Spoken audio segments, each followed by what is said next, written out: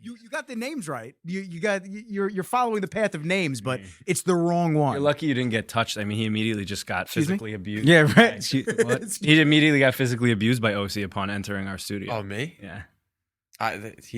He still every day I walk into the gym like he just stares through you sometimes. Hey, man, how's it going? Yeah, you can feel it. It's a gaze. You can feel the gaze touch your soul. No, so The gays. The gaze. That was a Robin Big thing. Do you remember that? Nah, Oh, I don't remember fuck. that. That was a Robin Big skit.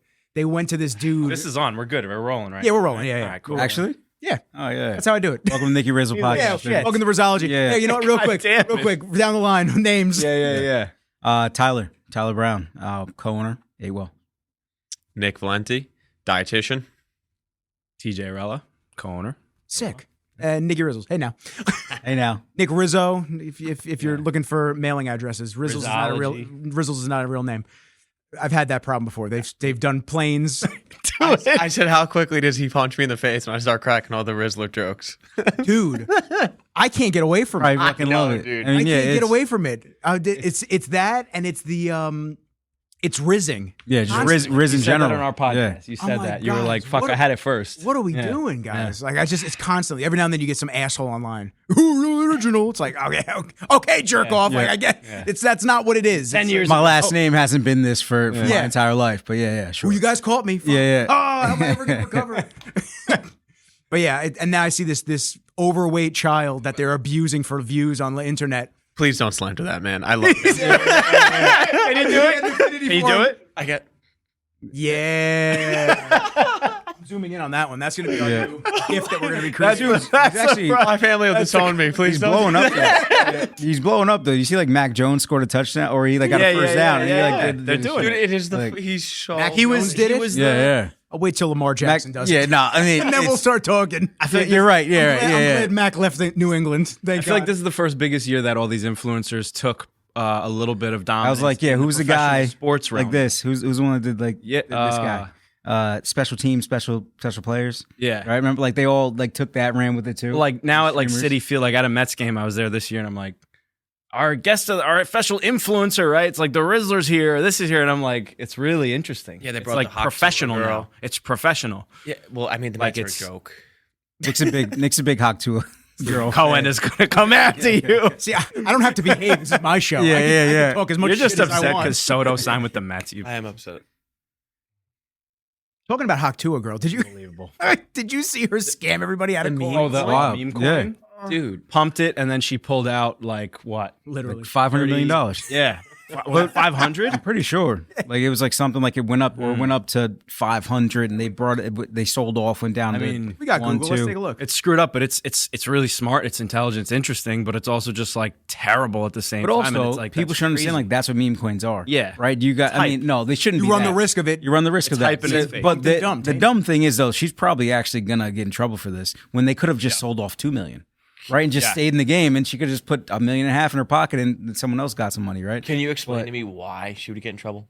So there's securitization of tokens and of assets and things that other people are going to trade.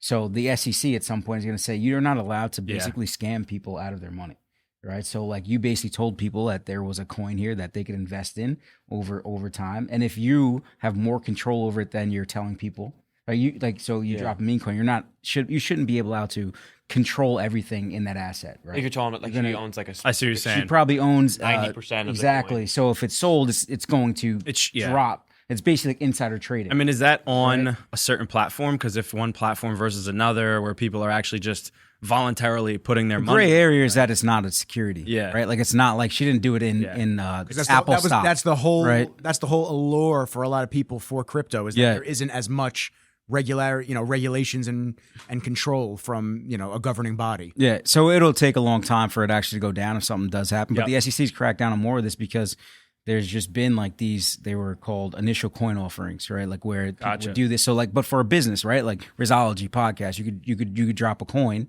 and people could invest that to kind of invest Mm-hmm. in you, right? And then, but there's a lot of that were getting spiked up and then dumped off, and then you'd run away with. That's some money. crazy. So there was more investigation into it. So she, because of the allure around it and her name, she's probably going to get looked at, and she's not going to have a great time. But Eight like, well coin. She could have just done this a little smarter. Took a couple million off the table. No one's even looking. He's brewing. He's like figuring out how we do it. I'm thinking about OC like walking around the gym, be like, "Hey, listen, I got this. I got this coin." You know, like, Oh man, to be rich. we love him. We love him.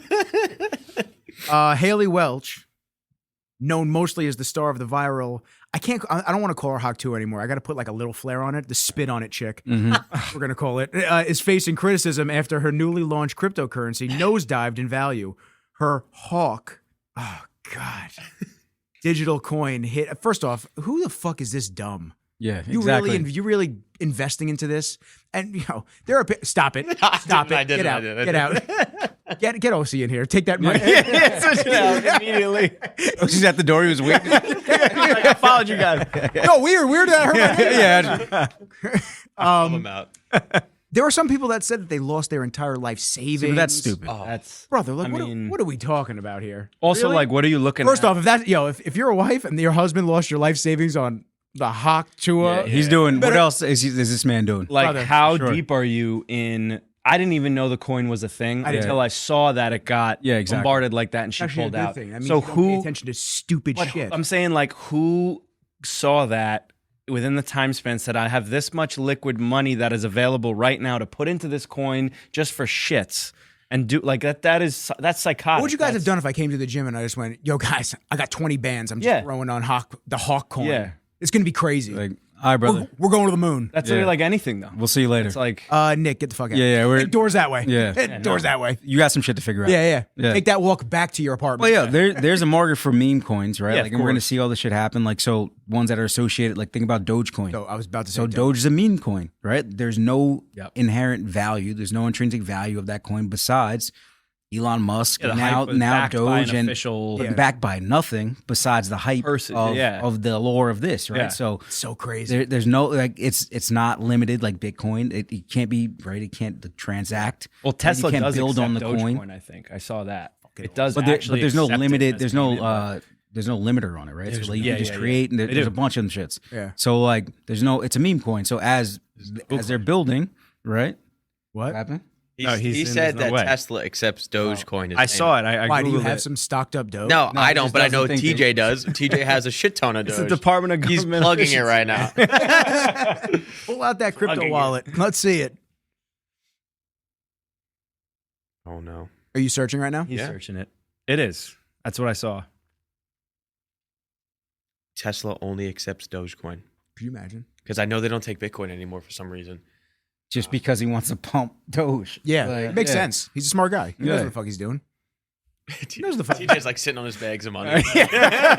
Waiting, his coins. Yeah, sitting on his Waiting. Dogecoins. He's sitting on a bunch of Chiba I coins. mean, it would be interesting. But the thing is, like, meme coins, you're supposed to just enjoy the ride, right? And Yeah. get out before something stupid. more of a happens, fun right? Like, thing, yeah, put while something things in are that's hot, not- it almost like gives more value to the creators, right? So people can create something, they could pump it up in the market, and like it sounds funny, sounds cool, but you got to be ahead of the fucking meme. I'm laughing because you're saying, yeah, like, it's supposed to be fun and just like, ride it out for a little while. And then, bro, nobody had a chance to ride this thing this out. shit was out for.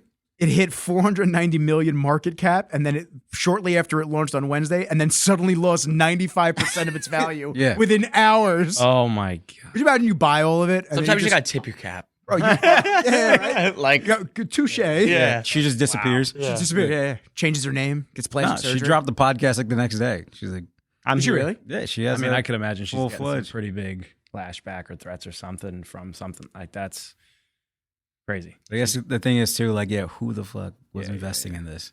And if you were, you probably don't want to be like posting, "Oh, I lost all my money." No. in fucking Hawk to Yeah. Spit on it, chick. Yeah. It's like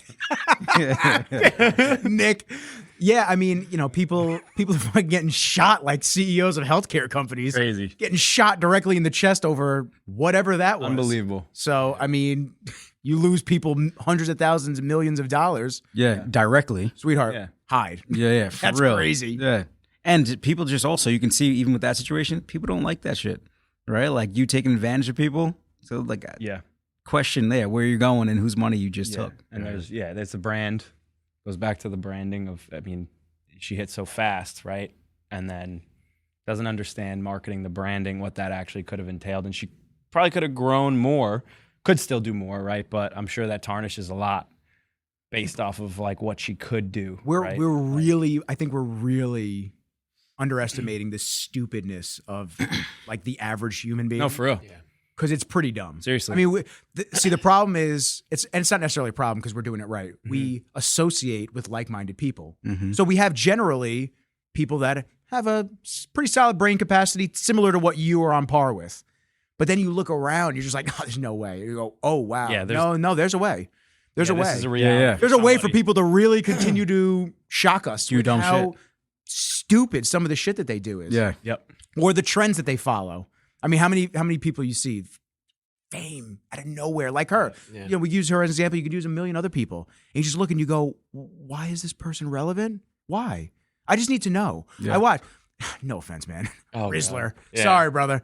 Listen. He's a- He's a cute kid, whatever. Yeah. But like you could. So disappointing. Sorry, my bad. Dude, listen, what is it? he's Tim a- Dillon? he's a little Tim kid. Dillon. What's the dude? The comedian? Yeah, the chameleon. Yeah, Isn't yeah, it Tim yeah, Dillon? yeah. Yeah.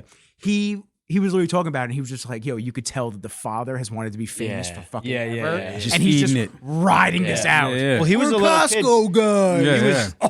He was the dressed up in that Spider-Man costume like 4 years ago. Oh, God. Like after See that COVID, the video? Rizzler became the Rizzler more recently, but he was just, his parents were putting clips of the kid up because he was a cute, chubby little kid. And he was like saying funny things, doing funny things. He used to dress up as like Halloween costume or Spider-Man or like tell us, right? It was like cute little videos. Yeah. And then it turned into this like officialized figure. I like that you know the where kids lore was doing his of the, thing. of the, of the Rizzler. Well, because I saw a video the other day of him in the kitchen doing something. It was a funny video of like this little kid doing whatever, and then a whole comments are like, "I think that's the Rizzler," but it's like he's 4 years old, like literally like 3 years ago, and just constant. I feel like content on it, you know? his family isn't as crazy as you see like the baby Gronk kid. Who's Baby Gronk? No, You've never seen this I kid? don't think so. So this was like a little kid that was. You ever seen this kid before? No. He plays football, and he was like a really oversized like 10-year-old, and he was going around like laying out all these younger kids, and he was getting recruited by all these top schools, just like as a joke. And like now he thinks that he's like God sent. He's like 13, but his dad like Totally. really thinks that he committed to Alabama. Yeah. Like, really thinks he This committed to these kid's schools. got 593,000. I'm telling you, He's like, gonna be fine. This kid's gonna get an NIL deal and be. dude. So he's with he like doesn't even Louis have to play Don. real He's got like football. all these kind of like cool collabs, but Yeah. like Oh, he's with this dude that just looks like the most bloated dude ever. Oh, I've seen this kid. no, before. this dude. No, yeah. the Chef. chef. Yeah. Yeah. Big jacked chef. I've seen this kid. My man's like body just creeps me out. He just looks bloated Yeah. and uncomfortable Yeah. everywhere he like. There's like too much synthol in the arms, brother. That's probably what it is. Oh yeah, that's definitely what it is. Huge Oh, dude. so stiff and rigid. I'll tell you what, man. When you get kids like this that blow up in fame or they blow up in notoriety so quickly right out the gun like that, they are so creepy later in life because Sad. number one, they feel like they're owed something. It's like, okay, well, what do they call it? 15 seconds of fame? Your 15 seconds of fame lasted way too long. And it lasted a few years longer than that seconds should have. Yeah. And so now you have a dude who, I mean, is definitely going to be creepy with fucking girls. Yeah, in think college about- and shit. Yo, these are the dudes that you just like, Tough. oh, brother, please stop. Think about reality. the identity crisis this kid's gonna have. Yeah. Right. Oh, yeah. So he was a character online for his childhood and into his teens. Do the thing. And then Yeah. And then when it comes out, you need to be a real person. He's like 50 years old. 35. You meet people in person, and you don't even know how to socialize with people in public because you've actually just been that character the entire time. Yeah. So like, who the hell are you going to be when you're an adult? Yeah, it's almost like childhood actors Yep. that we see now, but it might be worse for these people. It might be 15, because 20 years because It never the stops. spread of awareness is so quick and Yeah. and it can happen literally overnight. Where like if you were a child actor, you had to be on shows, you had to do signings to gain some popularity Yeah. and audience. someone else controlled it a little bit. Adults had a hand. Different some toxic, scenes. some good, different scenes. But now it's like Nickelodeon documentary, they could right? still go back to their Terrible. profile. Yeah. I haven't seen that. You know? Yeah, someone's going to bring up your video from 10 years ago. Yeah. Right? And like, oh, you were this guy. But like you Yeah. think you still have 1 million real followers, but like maybe it's just right. 10 years that could still be sitting there, but it fades. It's not real. Yeah. There's no deployable. Most of the business. followers There's aren't nothing real. there. Anybody that I've seen Yeah. that has all those followers, 90% of the time, it's mostly not the engagement or the Yeah. reach It's that not you there. believe it's going to be. Yeah. Yeah. And it's funny because guys in like the under 10,000 or influencers, you call them, Yeah, whatever yeah, you yeah. want. Stage. Influencers under 10,000 have more of a Like reach and interaction. more organic engagement than the people with 100,000. It's so crazy to watch. And sometimes I've collaborated with big accounts before, and I'm just like, oh, Yeah, no, it ain't that. Yeah, it's not this really ain't there. it. Yeah. Like, oh, we're kind of on par for what I get by myself. Yeah, yeah. This is interesting. I think the different, like, so we had a guy on our podcast, this guy Corey, and I think that you've seen from the insights that come out from the podcast, and like still, we had him on probably a few episodes ago, and there's a like every day, there's engagement, someone commenting on it every day. It's real and useful he has stuff. he has a million followers. Yeah. But it's real, right? Like, so the video, probably even less than what he posts, his own content he posts on himself, probably got 100,000 views or something like that. Yep. But every day there's a like, a comment, a reshare, because he has real authentic engagement and real just people following. checking in and seeing Where- like, oh shit, look at this. Yeah, we've had other people on there that like you've seen some likes come in, and and then it never transitioned to like some real engagement, or it looked like fake followers at the end of it, right? So yeah, you got to be cautious with these big following I accounts. tell this to brands all the time too. I just say, they talk about, because sometimes they'll confide in me and be like, yo, we're thinking of signing X. What do you think? Yeah. And I go, I don't know. Are they worth the money? Is this going to be the ROI that you believe it's going to be? Yeah. You're going to spend, let's just say, $20,000 a month to sign this person, $100,000 a month, whatever this person's asking for. You're going to sign them for that. Are you going to get that plus some back? Is that the awareness that this person is going to bring to your brand? Because if it's not, it's a waste of fucking money. Yeah. Just to have a name. Yeah. Or is it And you see these athletes and these influencers cycle brands out all the time. In my eyes, I want to be brand loyal. If I'm a big name or influencer, or I talk about a product, or I talk about something that I really do like, I want it to be because I really like that brand and I ride it out with them. I don't want to be with a brand and then all of a sudden 2 weeks later I'm just like, oh, well, Sounds guess something what? else. This This is guy the best paid me. protein. And then Like- 2 months later it's like, no. I lied 2 months ago. This is the best protein. Yep. And there's no authenticity then. Oh, right? yeah. If you're just going to take every brand that gives you a deal. Well, you're chasing a you're gonna- bag. Yeah. So you're chasing. Right? Like, which, hey, good for you. Run it up. Good for you, but there's a it's not- limited it's gonna run on that. Your followers are going to see, like, it's at some point it's going to look fake. Yeah. Right? If it doesn't feel What's like the legitimacy it's authentic of and what can people trust in you? Exactly. Who are you as you're your throwing brand, something new right? every week. Yeah. Like, yeah, I'm not trusting the products you put out. Yeah. I'm just putting the phone on do not disturb because I know Yeah, I did it. Yeah. something's going to come through. There's going to be a buzz and then I'm going to be thinking about it. Always. Oh, I hate that. I hate because I'm the guy that like I have to mute chats. Like I'll send a text out. I'll be like, hey, Yeah, invoices due. Hey, this. Hey, that. And then I'll have other shit to do. And I just go, I know if I see that message come through, my mind's going to be on it. You're gonna Until go, I it's gonna be a answer it, conversation. address Yep. it. Yeah. I got to just cut it. I got to just like sent it. We'll deal with it later. Like so I can just be clear and be in the moment Yep. present. Yep. Business owners, you guys get it. Yeah. It's tough, to stay in the moment because you're always thinking next month, the month after that. What do we got? Especially for you Always. guys with the gym. What Always. promos are you guys going to run? What nutrition? How many clients do you have to deal with nutritional plans? Who's not checking in? Who's this and that? It's like a constant follow up. Yeah. It's a constant follow up with yourself too, because we've had times where we've done a much better job of it now that we're in year 3, approaching year 4. But things that we had were great ideas. And then we're like, oh shit, it's a week out. Like we got to do it, or like we're not. Like Yeah, it's like we thought of it now. 3 months ago, Yeah. and it's like so much in between every day, every hour of the day, every minute of the hour, every text you got to attend to. If you open it and you don't switch it back to push the notification back on your phone to see it, I forget to respond to people all the time because of that. Because it's just like the next hour, the fucking next so hour, the next guilty of hour, that. Ugh. right? The next week, the next month. What do we got? Oh shit, we should do this. We got to do it now. you know? Yeah. It's really interesting. It's hard to live in the moment. Tough.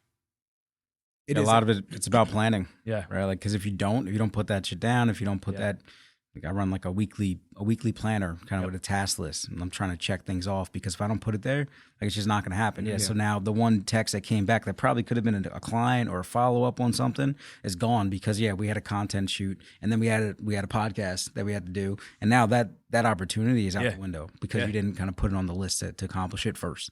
Mhm. An email you had to shoot back. Even like this podcast, right? Like I'm asking him, he's asking me. He's at like 3 different times in the last week. Like, it's Well, that's Tuesday, why 1 I o'clock, checked right? in with you too. Tuesday, man. 1 No, we o'clock. were locked Yeah. in. that's We were locked in. No, we had That's to why I come checked on, in come on. too. Honestly, Tyler put it into our calendar. Yeah. And like when I was scheduling out all my stuff this week, I was like, oh, thank God he put it there. Because Yeah. because you're just putting stuff into your calendar and you're just like, Yeah.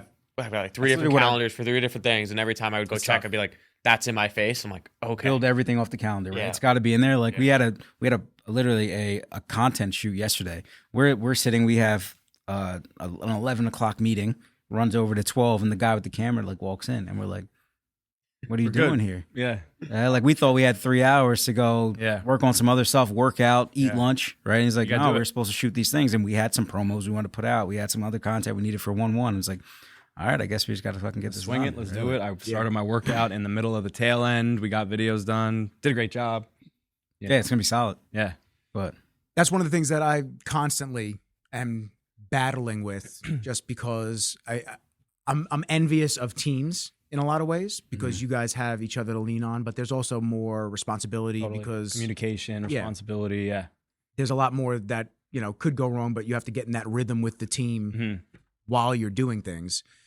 For me, it gets very difficult. Like I tell my mom all the time, I'm just like, because she's like my rock to lean on. She's an entrepreneur for years, and I just tell her all the time, I go, I'm just tired of cramming. Yeah. That's my biggest thing. Yeah. I want to, and unfortunately, I don't think it's ever going to change. I really don't. I don't think, no matter how good you schedule, there's so many things that happen that are out of your control. Totally. So even though, like, I was supposed to have a shoot this morning, I was like, okay, as I'm planning my week out the other day, I'm just like, all right, get there by 9, shoot until 11, come back. If I had that shoot today, I wouldn't have been able to set the room up for the podcast. Yeah. It would have been shot. It really would have been. Yep. Because this chair was broken until literally it was Big Baby Miller came in here, fucking sat in it and broke my chair. I'm gonna buy him a wood plank next time. He can sit on that. But Bench. dude, it was crazy. He just fucking sat. He's like, "You have a bigger chair?" I go, "No, I'm little." yeah, this is it. I'm a normal These are average size chairs. They're average size chairs. Jamal sits in that one yeah. usually. Like these two, the cushion isn't even attached because it didn't come with the bolts. No, don't fuck with it. You're doing good. You're doing good. Don't move. Yeah. And then so this was like my fourth ringer chair, and then I have like a foldable chair over there Nick's that I on just a have as the stool. extra. He's on a little stool right now. Yeah. She's in the corner. Yeah. No, he's on an Apple box in the corner. Like he's on a movie set. But so, and I try to plan everything to give myself enough time, but it just never seems like there is enough time because the intersection of life and business the lines become so blurred. And then, you guys are in the fitness space. I have let my, not personal fitness go, but I'm not as stringent as I was when I was hitting OG every fucking morning, jujitsu at night, because when I was doing that, my business suffered. Yeah. Like I wasn't focusing on the business. So then you reverse the roles and now you're focused on your business, but your fitness, like it's get up. I tried getting up at 5:30 this morning. I didn't try. I got up at 5:30 this morning, but then I'm walking around the apartment. Kenji's looking at me. I'm like, I can't have you howl when I leave because he howls in the morning. If I have one upstairs neighbor, I'm just like, she's very nice. She's a sweetheart. But I'm just like, I don't want to wake her up. All those little things, So I'm like, all right, so fuck it. So I take him for a walk. Then I take him for a walk. I come back into the apartment. I take his leash off. He's sitting there staring at me. Like, what are you about to do? Are you about to dip? Yeah. And I'm looking at the Like, clock. or are we chilling? Yeah, or we kicking it. And I'm looking at him, and I'm starting to get tired because I've been up too early for too long, and I haven't done anything yet. Mm-hmm. So I start looking at the clock and I go, all right, I'm going to drive to Bev's. I'm going to get a workout in. But fuck, he needs his pills at 8. So it's 6:20 right now. It'll take me 20 minutes to get to Bev's. I go, what am I wearing for fucking 40 minutes? And then drive all the way back just to feed him and get his pills in. Yeah. I'm like, and then I got to walk him. And then I have to shoot at 9. I said, oh, fuck it. I just sat down. I was like, I'm like, it's like only so much I can like fight myself on. So I guess the moral of the story is for people, especially entrepreneurs, business owners, whatnot, and people that have lives, it could be a very tough seesaw balancing act to try to get everything in. Like I'm gonna go to jujitsu tonight. Yeah. But I got an ear doctor appointment at 5:00. So you're just like, jujitsu's at 6:30. Are they gonna run over? You're like, oh God. Yeah. Just be chill. Yeah, man. I think that, and we talk about it a lot, it's about, you try to create a plan. If you're a business owner, you got a family, you got things you want to do, that plan gets punched in the face a lot, right? Yeah. Things switch. But overall, if you can check in with yourself and kind of say, I know what I need to at least feel good, right? I need to go to jiu-jitsu twice a week. I know I need to work out twice. I got to walk my dog a couple times. If I can hit those things, I know I can go to work every day and feel all right. It's just trying to hit those, right? Like not minimal, but just like what is my most my minimum viable? What's my minimum viable product, right, for myself? I know, like for me, it's got to be like I got to work out 3 times, and I probably got to run one of those days where I only have 20 minutes, right, on a weekend. And then on the weekends I don't work out. But I make my family like go for a hike, right? I got to walk. we got to take a walk. We got to walk to the park, or we're going to go on a kids hike like going on a every hike. Sunday. I'm like, I'm trying to train it in them. Like, yeah, like them rucking. yeah, like we got to do some shit because like I Steel get. plates forever. I'll throw it on a vest, right, to make it harder because it's like I know I need to move. Like I'm gonna go like stir crazy in the house. I can't just like 100%. move, like, and I know that I need some movement. Ideally I put that in them, but I know I can't. I would love to be in the gym 6 days a week, just like fucking hitting chest one day, hitting back another day. It's like I don't have the time for it, right? So it's like, what's my minimum viable that I can hit in order to feel good, and then be able to kind of be productive with everything else on the outside. I think it's like finding what's worth it too. Time crunch. Like you're more than welcome to come midday if you want to hit a little lift at our spot, even though it's not the machines, I did this, that, but like I don't want the machines. I haven't lifted in a commercial. That was a little gym. dig. He was digging. Yeah. That was We've been inviting you. For, that's if you Yeah, know. I've been invited. I haven't come to one. I gotta If you come. know how to work out with machines, come work out at our gym. No. Can you use a barbell and kettlebells? Can you make I'm that gonna work? see my way out. Yeah. You guys can hang out as long as you want. But it's tough. Like I haven't lifted in a commercial gym. I used to go to ProFit. I've gone to Bev's a little, not like really membership there, but like other gyms, right? I haven't lifted in a gym that I haven't trained in probably like 6 years, just because I'm just there. I'm there. I'm doing it. I'm back and forth, managing things, getting things done. The mental space, so it frees up some mental space at the end of the day when you don't take the 20-minute drive back and forth. You don't do this, don't do that, and then it's like, okay, maybe you cut out that extra hour and a half for yourself to make more room to get more done, more mental space, more organizational room. I feel like efficiency is tough, just like I try to get up on the weekends at the same time I do during the week, because I feel like that time always allows me to wake up, sets the time for the day, sets myself to go and get it. During the week, obviously, it's tough. Like we're in training people first thing in the morning, so we don't get that personal time. But I feel like when you do have it, you take advantage of it. I think even like little shit, like we've talked about like warm up for a workout, right? Like your average workout prior to this, owning your own gym, being in that space workout was an hour and a half long, right? Yeah. You warmed up for fucking 20 minutes. You could afford to wait moving, at a rack too. Right? Yeah, sitting like now. Take your time. Yeah. I'm in and out 45 to 55 minutes every workout, right? And my warm up is 5 minutes, right? If that, and you're right into it, Yesterday right I into went workout, straight getting into out, the first into your compound sets, set, right? straight into it with the because shoot. you had to do it. Yeah, got it done. it's just like kind of maximizing what you can get out of that time. Yeah. I think that preaches for the benefits of obviously group training as well for what you guys do. 100%. You're in and you're out. It moves you. You just You don't have get to think in there. about it. That's what I love. And truthfully, that's what I loved about it. I Yeah. love that I would just go and I'm fucking done in an hour. Yeah. Like I don't have to sit there. And What do I want to do for back? think, What should I do for my legs? well, I don't Yeah. want to do deadlifts today. Yeah. All right, I guess I'll do a couple movements first and then I'll deadlift. Yeah, It's yeah. like, no. No, the shit That's was on the board. We're getting Yeah, it done. Like it that's just is what it is. Totally. That was like one of the first things I noticed when I like started and like joined you guys. Like I've worked at a couple other places that have been more like personal training and just like kind of open gym-esque. Yep. And then when we hear it's like very efficient. Like they walk in, they're in and out in an hour and gas by the end. It's like got enough of every exercise, of every movement. Volume. It's like a well-oiled machine. And like when we talk about some of the programming stuff, like the timelines, it's just cool to see. Like now that I've been coaching and seeing like the process of it, it's nice to understand like what's going into it. Cool. But like when these guys go and it's like, all right, 58 minutes and they're done, you're like, let's go. Let's go. Like When that shit hits perfect, you're like, yep. like I know Even like 48 minutes sometimes. Yeah. Prep the members rolling out, stretching, having conversations. It's like that's like this optimal hour. This morning we're running like the last like finisher.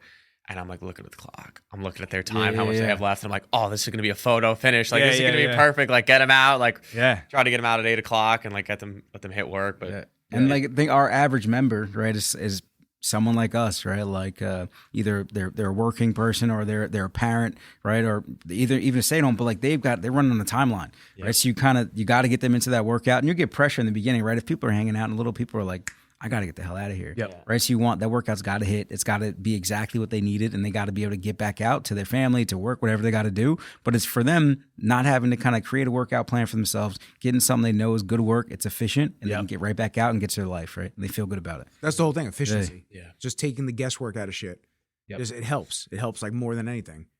And I want you to speak on the nutritional side of things because it's tough, man. yeah, It's really It's tough to get that side down. For years, I had that side down with the bodybuilding. Yeah. I really did. Like I got my meal plans, I had my macros, and I just felt super flexible. Unfortunately, I've learned too much about food. Yeah. I've learned too much. So when I go to the grocery store, whereas I would just, oh shit, like, I'm gonna grab this and this will be great for this macro, this or that. I would just grab everything, and I would have no thought of like the ingredients, the extra bullshit in it. What are the artificial sweeteners? Like all the extra shit that you now knowing what you know. Like knowledge is power, but at the same time, knowledge can also cripple you. Yeah. Because now I just go to the grocery store, I go, Yeah. oh fuck, I guess I'm gonna get eggs and meat and like I'm I don't looking- really feel yeah. like making veggies, but I'm looking at the couple. cottage cheese. If one has carrageenan in it versus the other, Yeah, if it's a whole exactly. milk, I'm like, what the fuck? I'm like on my couch for 20 minutes, being like these 3 supermarkets. I just want a delivery to make it fast because I got work to get done. And these 3 cottage cheeses, one of them isn't at this supermarket that I'm ordering the rest of shit from. I'm like, what am I doing? And you're at the top end of Whole Foods, right? It's like you're trying to get the best. Like you're already doing enough, right? The biggest thing, and like coming from my background of like sports and like high end performance from like college or when I was like working with the pros, like when you tell them to do something, they would do it. It wasn't a question of if they're going to do it, what can come up. Like you gave them a plan, it was executed. In the athlete sense, you're saying. You know what I'm saying? So like when we're working with baseball players, college athletes, like this is your plan, you're going to do it. Good luck. It's like any strength conditioning or anything else they're doing in the training. It wasn't a conversation. Like now coming into like Gen Pop and like the gym and some of my private clients, they're moms, they're like their dads. Like how can you tell them this is what I'm cooking for my kid? I'm eating it. You know what I mean? Like there's no ifs, ands, or buts. Like there's 1,000 things that pop up, and how do I combat and try to change my body composition? So like a lot of the talks we have are prep. So it is that grocery shopping. It is like, all right, I'm cooking this meal for the day. Like what can I cook on the side that's not going to affect the timeline for cooking for my kids? How can I have a quick snack that I can keep in the house that is good, that it doesn't bother me, and it's not going to kill my bank account? So like those are a lot more of the conversation. Like come from a bodybuilding background, you were on a plan, like you know all this information now, and like you could still Too much. like, but at the end of the day, like you still have the time and the like you have your dog, like you put your dog probably in front of everything else you do. Yeah. Like I do. you know Needy little bitch. so Love him. like I'm sure that impacts your whole day schedule, It does. and I'm sure that your food comes secondary to your dog. Mhm. So like imagine if you had 4 kids and a wife, you know what I mean? Like that's like you go Far's down the the window totem from me? pole. Yeah, exactly. Like it's so far down the totem pole, and like these people that come in and they want to see change, like they're working out 3-4 days a week, and they're like, all right, the next step is nutrition, and then like they come in and they're like, all right, I want a one and done kind of conversation, and I try to always get across to them like it's just constant. Like you need to grow as an individual in like certain other areas to benefit on this. Like you need to maybe find some more time at work to be more efficient so you can do more time in this. Maybe it's cutting out X, Y, Z so you can put an extra 15 minutes here. Yep. So like it's not even like as much as like the macros. It's more of just like habit building. Yeah. And like that's been the biggest success on like the Gen Pop side for me, at least here.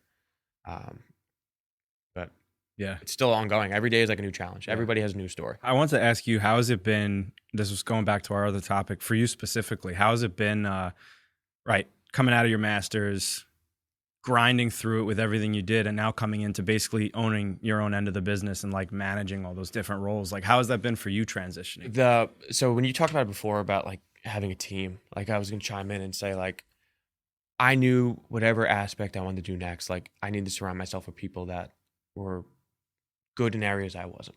So like TJ, for example, is really good on like the creative side. Like whenever I have something like brewing in my head, I like pitch it to TJ, like we kind of crush through that, like bring it together. And then like when I'm like, all right, this sounds good, I'm going to go talk to Tyler now. Like, can Tyler make this real? You know what I mean? Like, so like I fell into a really good hole here where they can kind of take what I'm putting out on paper and like make it real. But the building like my business side, and you guys were talking about like phone management, that's been my biggest issue so far. Like I talk to 20 something people every day. I remember seeing him Lunch his and phone when he dinner. started, just like, I just got a text from bang, bing, bing. It's a picture of a meal, but like 12 pictures of a meal, Yeah, everybody's it's a lot. dinners, and he's responding. I'm like, how are you going to manage It's stressful. all this stuff? It's stressful. It's really tough. And you don't want to like pull back on value. So like you want to make sure that you're like blowing these people away with what you're doing. Yeah. So we've changed a couple things around. So like my phone isn't as crazy, but like January's coming, you know, like this is kind of busy season. So like there's a lot of people coming in right now. So building new systems on like how to handle that. And like we've talked about bringing on new softwares, like talking about like having more group chats, email chains, More like people. Yeah, like even bringing on other dietitians, like stuff like that. But if I didn't have a team to bounce it off of, I'm kind of like, I'll figure it out, I'll get it done. But sometimes they're looking at me, they're like, that's wrong. Like, that's just wrong. And I'm like, you're right. Like, you're right. That is wrong. So it helps. Yeah. And that's why I'm happy I'm here, and we've been doing well. Yeah, the biggest add-on I think to that, like for Nick specifically, like he came on and was like kind of sprinting, right? Yeah. It was like we had a unique opportunity for what he does really well. We tried to fill it with different registered dietitians before, and it just didn't stick. And he fit well with the community, the people, and they latched on. They believed in what he was saying, and they were like, "Let's work, let's go." So it was like kid blinked, and right, like he was working with 20 people. So it's like we did. We had this kid like, all right, man, like slow it down, like try to like manage like this book that you have right now. This. I'm gonna grow into this, and I'm gonna have this. But it was that he wanted to just create a bunch of value for everyone that was there, give them everything they needed. Yeah, their text message, their meals, and as he's like not even working with them yet, but building into working with them, it's like, all right, we got to set some boundaries now, right? Like now you're just stretching yourself too thin, like because. I'll even say I probably said it to him first, like, yo, give as much free as you can, right? Just establish some credibility, but the credibility was established quick, and then everyone's like, all right, I want to say I want to be with you, I want to be working with you, I want to be doing something. So, all right, let's put some process in place to kind of control the value and be able to, so you can actually provide the value now. Yeah, right? I feel like in place, even sprinted with it. From our perspective, he's going through kind of with us, but what we went through a couple years ago, and just like scheduling. Managing the day, having the business, having items to tend to, still making sure the money's there, still making sure the clients are right, like, and you are tended to, like rolling out on the floor, what's going on? Oh shit, I have this call. Like there were times when we had, oh man, this like we see the client pull up in the. We start working out. Oh, wait, like I had to work together. Out. Like we'd have two clients walking. I have a call in a half hour. That client's coming in. I think I got someone I scheduled for the next half hour too. I'm like, shit, I just crossed over these two things and I forgot this person was in because I didn't put it on my schedule. Yeah. Like, oh, okay, all right. I mean, like even today, like we have like I help out at my high school. Like I go there and I train like the baseball players. I do that for free. Like I'm just doing it, just helping out. And like I had like 3 calls that were like I can only meet at this time. Yeah. And I'm like, isn't it weird how that always happens? yeah, And we're trying to have a holiday. I want you to keep going, but can we all just agree that Yeah. always happens? Dude, I could have no shoots for like a week. Because I'm just focusing on editing and no one's hitting me up for shoots. So I'm like, oh, this is perfect. I get to just go to my office, edit. It's very low key, this and that. And then all of a sudden, I have one person hit me up. Hey, can I get you for next Friday afternoon at like 2:00? Sure. Yeah. And a day later or an hour later, hey, can I get you for Friday at 3:00? It's just like, sure. And it's like, okay. That's a craft. And then you all of a sudden, you just get. It's hard. Bro, you just get more people. Bro, and everybody wants to shoot the same day. Yeah. I'm like, did everyone just wake up and go, yeah, we're going to fuck with Nick on this day? Yeah. You start to, I almost developed in my head over just like the past 6 years of like training and being in front of people. Like, I think it's almost more than 6 years now. It's crazy. But every Sunday, if I reach out, I know like the clients that are basically locked in every week, the clients that might have 1 or 2 variable hours, I know that those are going to be locked in because those are slots that need to happen. And then the clients that are a little more flexible, and I'll hit them in the order and wait for those to respond as they go in waves so that there's some type of facilitation there of organization. The week's planned out right. The hours flow correctly. Yeah. And I'm like, work out, boom, boom, boom here, right? It's just like it's crazy. I think there's something though, being an entrepreneur and a business owner is like you make sure you get that done. Yeah. Right? Like you find a way to figure it out, right? Like you make everyone everyone asked for you for 3:00 on Friday. Somehow you came out and you did it. Yeah. Right? It's like you just make it work. I had to shoot a Profit yesterday and I had somebody ask for me. And I literally had to shoot Profit for the last week. And it was 5:00 to 7:30, 8:00. And literally, I had somebody hit me up yesterday. Yo, bro, blah, blah, we got this event tonight. We'd love to have you. It starts at 7. And I'm just like, yeah, that's not going to work. I'm like, yeah, it's not going to work. There's also say no to things that aren't the opportunity for you. Right? Yeah. Like don't take everything's not your opportunity. I've gotten better at saying no. Turn shit down. Yeah, there's been a lot of saying no. And I'm okay with that. I think like I need that mental peace a little bit. And, I'm not at the stage of my career where I have to jump on every single opportunity anymore. I was just saying that's kind of the theme that you were kind of saying right with him that we saw in the first couple of years. And I applaud everyone for being there at this table today, right? Where in the beginning it's like that hose is open. Like I'm going to take everything that comes in. I'm going to make every one-on-one or every session, any client I can get, right? I'm going to take that. Then you get to a point where it's all right. If I actually want to have a real business here and a product, I got to say no to some of these things and be able to map them out and make sure I have a good schedule and plan for these things. So there is a second, like a second phase of business that goes from like taking every opportunity you can get just to show people you're in the space, you're valuable, you can give them something, to all right, now I do have value, I have intrinsic value. You can see it. That's why you're coming to me, and now you're going to kind of schedule when I can get you there. It's tough when you see the money and you just go, sure. fuck, I can squeeze that in. Yeah, I can squeeze that Make in. it happen. Extra 1,000, extra Yeah. 1,500. Yeah, that's like trying to get. I mean, these calls tonight are people like intros. Yeah, So like these are like Yeah, onboarding. onboarding new people, and we're trying to go out for like a holiday dinner to his family restaurant. Shout out Piccolo Bell. Yeah, Piccolo. On me. Piccolo's Oh, yeah? a little bit. Piccolo and Belmore? Yeah. Oh, sick. Yeah. Shouts. Yeah. We should do a Piccolo cast. His dad's all over social media. We got to pull him up at one point on this podcast. Let's do a Piccolo cast, bro. Let's go down there. Bro, you can come down whenever you want. We'll set the mics up. Light it up. That would be incredible. Yeah. You know, Hold a who- meal, podcast a meal. Meal You know, down. you know who started that off for me? What is the steakhouse in New Hyde Park? Oh, I know what you're talking about. Yep. Peter Luger. Yep. Yeah. Luger wanted me to do a podcast. Yeah, and that's I was cool. just like, all right, I'll do a fucking Luger cast. Hey, That's now. really cool. That's Just cool. like hang out, everybody, Yeah. just eating steaks and shit. Yeah. We do a Dude, Piccolo we cast. we should leave it and keep one mic open and just let random people sit down. I would do Yeah, that. yeah. That would That's be great. Cool. The personalities you see at that place are unbelievable. Yeah, let's like do it. there's so many stories of just like great things. You're like, that didn't happen here, and you're like, oh no, it did. Oh, it Like, did. it definitely did. But as you're saying, the baseball team. That's how we got derailed. You Yeah. you don't have So time. like we talked before, like I have two people that are telehealth. They're not in the state. Like very rigid schedule, high end athletes that I'm trying to onboard, and it's coming to the holidays. I'm booked out most of the week, and I'm like, this is my only really time that's free, and I usually go help out the team. And now it's right after the team. I was gonna drive from West Islip to Belmore, and that was gonna be kind of a stretch. Now I'm gonna go, all right, I'm cutting out the training. I'm gonna take the meeting in the restaurant. I hope the meeting doesn't go a little bit longer, like a little longer than it should. So TJ, Tyler, and Osi are gonna be sitting there eating their appetizers without me, trying to. He's gonna be like this. He's gonna be like, yeah. So you want to do the grilled chicken? Yeah. Yeah. Yeah. Is that the mac and cheese? Nah, but I mean that's I'll be fork feed. yeah, that's really like what it's gonna be, and I don't know. I think that's fun. Like a little airplane.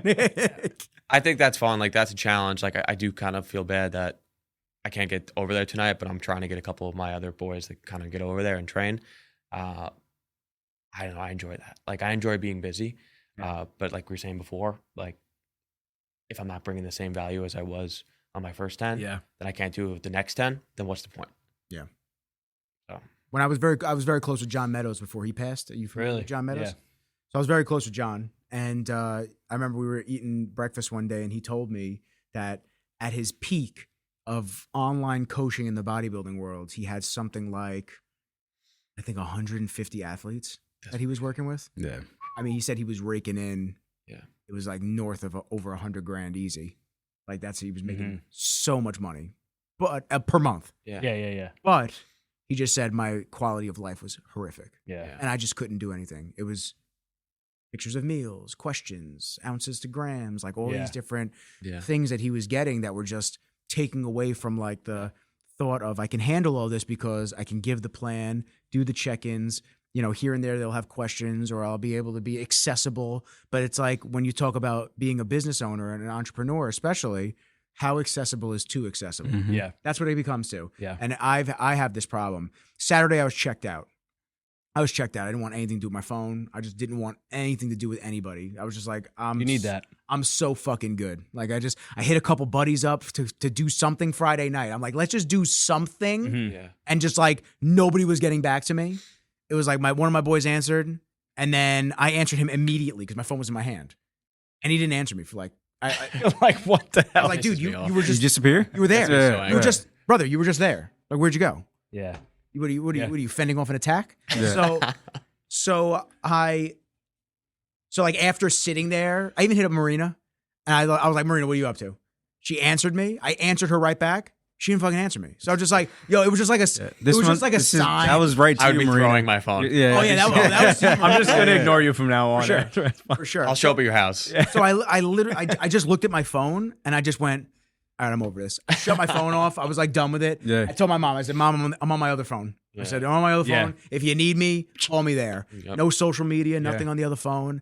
And I'll tell you what, man, it felt really nice. Yeah. And I think a lot of the anxiousness as business owners, the itch to check your phone to see if you have any messages. Is it money on the line? Did I miss an opportunity? Because listen, opportunities move fast. So, you know, we kind of, I forget which one he said it, but like you have to just, you said execute. I literally just did a podcast episode about that. I did a solo 15-minute episode in my apartment, and I just literally said, there have been plenty of times where I had a great idea for a podcast, for a YouTube video, for something, and I'm just like, okay, well, I should go to this location, or I should have this lighting, or I should do this and that. But then let's just say, because theoretically, no idea is usually unique, somebody else puts the message out before me. Yep. And they did it with their fucking cell phone. And I'm sitting over here sweating over the details and the little things that don't really matter. Yeah. Like they do, but they don't. So sometimes you just got to execute. So there's that side of it where you don't want the opportunities to pass you by. You don't want your clients to feel like you're ignoring them. Oh, and then, you know, you have those limiting beliefs come in. Oh, they're going to go somewhere else, or maybe they're going to cancel the monthly, or this and that. And you start having these different thoughts. And you have to kind of just back up and be like, yo, bro, everyone's got a life. Yep. Everyone's got a life. If I'm not accessible for a day or two, or I'm not answering somebody back immediately, it's okay to block your time off and just say, even if you respond to the client, I have a client that's a little bit more handholdy, like constantly. It's like every time I'm on the phone, it's a 40-minute conversation. Yeah. I mean, you're also the creator too. So you're bringing their vision probably to life. There's certain ins and outs of things that certain people need. But at what point is it like, between texts and suggestions and calls and then shoots, post-production, now you're kind of just like, it's like this person will message me and I'll just be like, hey, I'm not going to be around for a couple hours. You just got to like, give me some time. Yeah. Because you have to. Otherwise, you hit that wall, and the wall comes quick.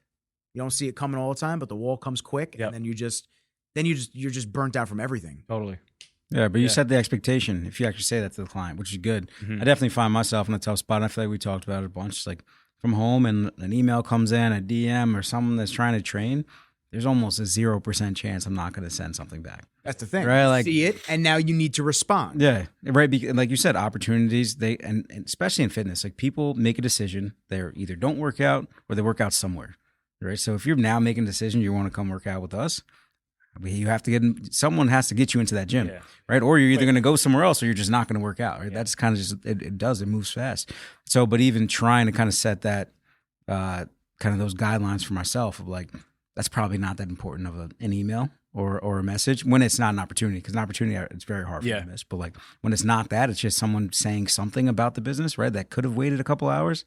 You got to like kind of let that sit sometimes, right? Like I'll find myself like at the dinner table, like I feel a buzz and I'm like, well, that's the thing. You get that impulsive feeling to just constantly check. And that goes hand in hand with our addiction to the actual technology itself.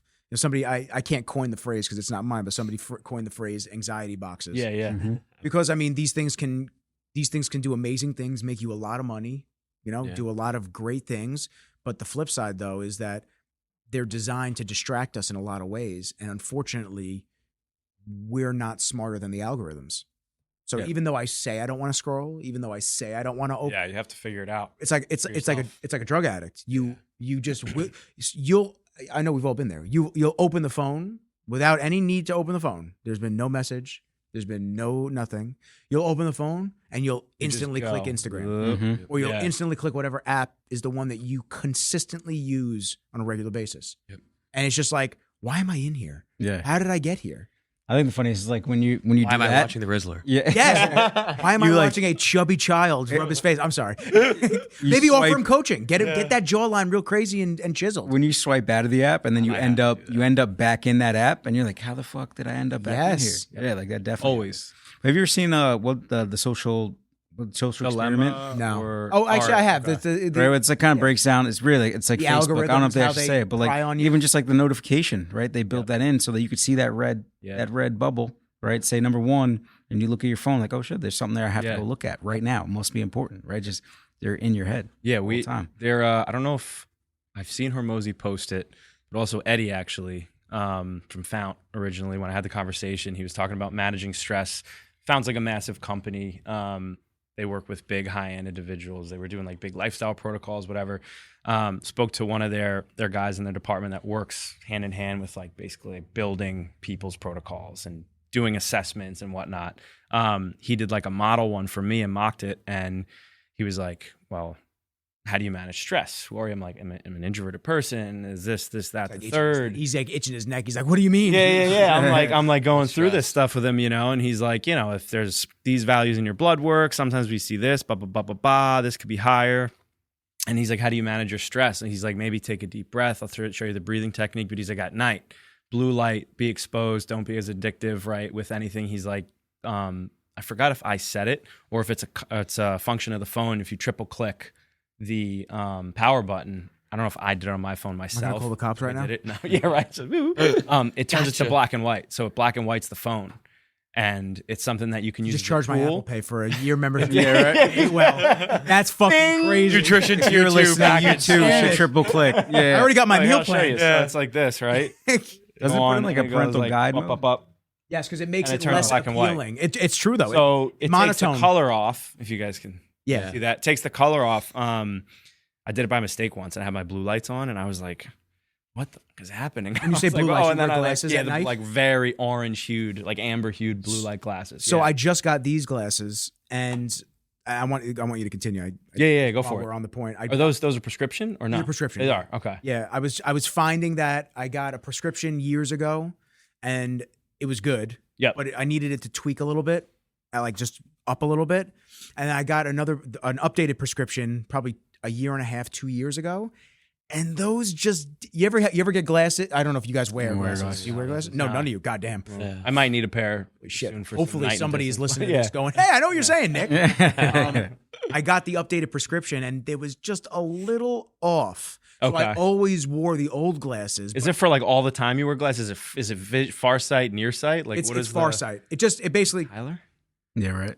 Oh my god. Oh my god. Yeah. he's Wow. gorgeous. I've never seen This that whole before. time? Yeah. Now, wait a minute. Yeah. Oh, I need glasses. Yeah. Nick? So he's feeling his face. So I would just constantly switch back and forth between the glasses, back and forth, back and forth. Finally, I realized the last glasses that I got, it's just so weird. There's like intricacies in like every single body function and whatnot. Yep. The last glasses I got them from Warby Parker in the mall because you just give them your prescription and they make the glasses for you. Yeah. They never asked me pupillary distance. So where are the eyes Wow. going to sit with where the Interesting. yeah. So That they is never asked me that. I think that those lenses were just always off. Mm. Interesting. So I ordered these. The reason I'm saying this is because I just ordered these from Roca, and I wanted to get something that was just a little bit more like clear. I always do Yeah. black frames. I said something that's like smoky, clear. I thought these were cool. Yeah. And I wanted bigger frames because I feel like even though smaller frames, I feel like I'm just like looking through the window and then everything's Yeah. blurry around it. Yeah. So I feel like these with just like a little bit larger lens shape are better. But as I'm looking, they have Andrew Huberman amber nighttime Yeah. glasses on Roca. Yep. And it's pretty sick because I'm very interested. You can actually get your prescription in them. That's cool. That's so this really way cool. I could actually rock Do some them things too. Yeah. to be able to do things. Yeah. Because I'm not blind, but let's be honest, it's like going from standard definition to HD. That's what it feels I like. still have Yeah. like it's like a little clarity, but like here, like at night, it gets there. Yeah. I'm sure you're staring at your screens at all times of the day. That's the like, problem. Breaking That's down. it. So I'm telling you, when I used to do a lot of work and then I would play games or whatever on my computer for like hours, whether it's school, and my eyes would just Used to. burn out, like burn. And I got the like blue light glasses and I was Yeah. flying through it. And then like when you take off your glasses, you go to bed, like it's not like a 3-hour kind of like wind down. You don't realize it. Yeah. We play. I mean, we're still like hopping on Black Ops 6 a little Wow, bit at sick night invite. together, That's hanging crazy. out. Bro, are you Playing on Black Ops and PS5? No one We invited on? me. I have Let's Xbox. do it. It's crossplay. Let's do it. Ah, it's okay. Let's Don't go. worry about it. You guys have Let's your go. All right, we'll see trio. you on. You We'll play see too? on. No, I got kids. Yeah, he's like, We'll see. Crazy. Oh, come on. he's got a family. Crazy. Tyler's That's- just Yeah. never played a video game in his That's my buddy from jiu-jitsu said the same thing. We're all talking about Black Ops, and I go, do you play? He goes, I have a family. I go, Yeah, yeah. oh, it's No. like I'm that. I'm still playing. Like I have. Yeah, I'm still to do. playing. That's it. I'm still playing. But You find your time. but we're like on. Yeah, you know? just Yeah. picking We're out like- the room. We're like on, and I remember. I mean, I'm putting them on. It's bad when you tilt the glasses down. I rub my eyes or something, and I see the screen after having them on. So these are it's like these. I are basically blue have light this filter. wild. These are blue light Okay. filter. I got that added to the lenses. Gotcha. The reason I didn't originally is because these tint green. Okay. Blue light filtering tints green spectrum. Okay. You can't notice it Interesting. just in general, but when you're color grading footage, Oh yeah. Yeah. you're like you start looking Yeah. and you go, oh, Yeah. it makes a lot of sense. Yeah. So It's- I didn't get them in my last pair, but I'm glad I got them in this because I said, you know what, I just want to filter the blue light out. But you're saying you play with the amber glass. So I play with the amber glasses. I'm used to it because your eyes actually adapt weird. Like you're looking at it first, and then you see the colors if you're watching a movie. I do it almost every night if I'm watching a movie, if I'm doing whatever, and it starts to be like really weird at first, and then the eyes adapt, and then Would you like say the they colors were look well normal worth the through investment? screen. I think 100. I feel like I spent like $100, 100, and like yeah. I remember like going to the store like I can't believe I'm about to buy this. Yeah, they're I really. can't believe I'm gonna do it, and like the my- sensitivity is so yeah, my cousin important. told me he's like, you gotta buy, it, you gotta buy, it, you gotta buy. it. I'm like, whatever. So I get it, and I was like, this is not the worst $100 I've ever spent. I should have Like, brought I was happy with because it. it's a huge difference. I mean, like my eyes, like I'll know that that's blue while I'll have the glasses on. Some colors are very different. They- but yeah, you well, they adapt and tint- you kind they of tint know differently. a lot. Well, it's orange. Yeah. But like But there's still the shades the brain of color can start tint. to recognize and adapt to like the orange tint, the hot, like if you wear them for more than 10 minutes. You know what I'm saying? And it's not like where you're playing is that color sensitive. No, right? Like no. so, it's like No. it's fine. And Halo is. It's not like that. outlines your enemies. does Yeah. it? Yeah. So you like can that would see be. some of the stuff, but Now, But also, like the research has shown that, like like the blue light before bed, like knocking that out is going to completely change your sleep. totally. Right. So like, I need to get on Yeah. that because my sleep is either hit or miss. Yeah. And every time it really is great, it's because I didn't use any electronics. I put them all in my kitchen and I read. Dude, I read for 10, 15 minutes before I go to bed. I'm out. knocks you out. Really? I'm out. dude. Yeah. That's bringing you back down. I mean, I found like when I had time and I mean, I had blue light. I did have blue light lenses that were like that, like very clear, But filtered out the but the slight spectrum. filtered, but totally different than the amber ones, like the dark orange amber ones. I used to like literally like, well, you're playing Call of Duty, you're hanging out, whatever. You're in the match, right? Your adrenaline's going up. It's like you're moving, you're competitive, you're doing stuff, and then like trying to go to bed after like 5, 10, 20 minutes after, like I'm not fully back down yet. Now it's much easier with the amber lenses, even though I was wearing the somewhat clear blue light glasses prior. It's really, really I interesting. feel like when I wear blue light glasses at night, regardless, like I'm Yeah. way more tired. Yeah, your eyes Trying to feel go to relaxed. sleep. Like it's actually like because you're that's getting into that yeah. state Mm-hmm. quicker, right? Than if you were watching watching a movie, or even reading without. Eyes are right? moving, And you're light's focusing just in. on, right? It's keeping you more alert. It starts to Yeah. like bring you down and kind of ready for bed. I'm super Yeah. drowsy, like trying to go to bed if Yeah. I'm wearing them. It's like, you know, when you're overtired or you're on a road trip for a while and you get that zing of adrenaline Mhm. and you know you're tired, your eyes feel stale, but you're like this and you can't blink. That's what it feels like without the blue light or with like the light tinted. Yeah. Right. The whole time. And then even after you're like, I can't, like, I'm good. Like I need to go work out right now or something. Yeah, But yeah. with those glasses, it's like you're normal the whole time. That's one of the Um, brutal things about working out super late and then playing Call of Duty on top of it. So like I'll do Guys, fight or flight. yeah, it's got between ready for 8 and fucking 11. war my right dopamine now. shot, bro. Yeah, That's yeah. why I see things. I'm just like, whatever. I'm so neutral about Zero everything. excitement. Zero excitement. It's because like I'll go to jujitsu 6:30 to 7:30, or do the wrestling class Yeah, if I have if my mom's watching the dog. Well, that's even worse because you're literally turned up fighter for like fighting other people. Yes. Cortisol's super high. You're going. Yeah. Yeah. You're actually fighting. Yeah. Like, So that's Yeah. you're There's no literally- flight. yeah, you're fighting not for just your- working yeah, out yeah, and yeah. challenging the weights. You're fighting somebody No, else. I'm fighting for my life on the mats, and but that's the problem. if you didn't play like games and you went home, ate dinner, showered, like how long does it take you to go to bed? I've never done it. Really? I don't know. You should try it. It's not the matter of not playing Interesting. games. It's a matter of I know, but you have like, I'll I'm usually, saying like, something I'm to on my do. phone. something, or- yeah. or- I mean, I feel like that is Yeah. a tough question. I don't think like I couldn't tell you the last time I just went home, ate dinner, and went to bed. Yeah, no. Right. Like I mean, I've done because I have to it figure out lot, there is actually. a missing link. Yeah, in maybe. Well, the kids my though. I mean, recovery, you have the my kids. ability Are they we're asleep? gonna when you get cover. home? Yeah. no. Okay. I mean, I usually get home like at dinner time or a little bit Yeah, after, yeah. depending on. Well, if But I have then a there's, late like session, bath, actually. Yeah. books, Yeah. Like if I'm should happen. like I'm training like Josh, for example, I'm getting home like 8:15, 8:30. I'm in bed by around that time. Like we're the whole like fiance the pup's ready to go to bed. He's looking at me like, let's fucking go. I'll be playing on like a Friday at 8:15 and he's asleep, like laying in the bed. He's like, fuck you, dude. Like it's my bedtime right Yeah, now. it's Like, rough. that's it. But it's rough getting a different schedule. But like, what was I gonna say? I was going somewhere before with the whole adrenaline thing. I lost my train of thought. So like going back to that question, like my girlfriend was away a couple weeks ago. My parents had the dog. There was no one in the house. Trained. I went home. I ate, and I was in bed. And I am never in bed before 11 o'clock. And I was in bed at like 8:30, out by 10. Woke up the next morning. Was like, oh, this is what it's supposed to be like. Like I was looking around the room. He's hearing them. And I'm like, my back doesn't hurt that bad today. Like I feel like pretty good. I could do this every day. Yeah, I was like, whoa, Dude, it's you say you're back, like, you know, could be saying it, whatever, you feel whatever, but like, I feel like pains, aches, recovery, people don't know what it's like to get a real night of sleep. I mean, and look at Like, the table. it's true. Look at the table. Real You got like 4 people night of sleep. that prioritize it, talk about it, educate in it. And we don't still not even do doing We it. attempt to. Yeah, exactly. We don't do it. Like Yeah. That's I try to get to I will not, I've been like you actually text me Friday. He's like, yo, Call of Duty quick. And I'm like, yeah, could. It's like, and then I look at my phone, but it's like 7:57, and I'm like, I'm tired. Like I know that it's just gonna be a bad choice to get on, and yeah, I'm a little extreme, but like I'm gonna be playing till 10 o'clock. Yeah, well, So I'm like, you get a couple warm-up matches in, then you start playing. And You're I'm like, like, okay, all right, now we're like- on a little bit of a streak right now. Oh, you want to switch to zombies? That's for a it. couple games. So it's like Zombies takes 9 hours to play one yeah, match. I'm just going to bed. Like screw that. Like I can't. I know that I'm gonna wake up feeling like shit. And like when I was living in Florida for a while, like doing grad school and like working down there, like, and I used to block out like an hour. This is like when I would jump on my computer and I would talk to my friends. It was like the only time I would be able to talk to my friends when I was home.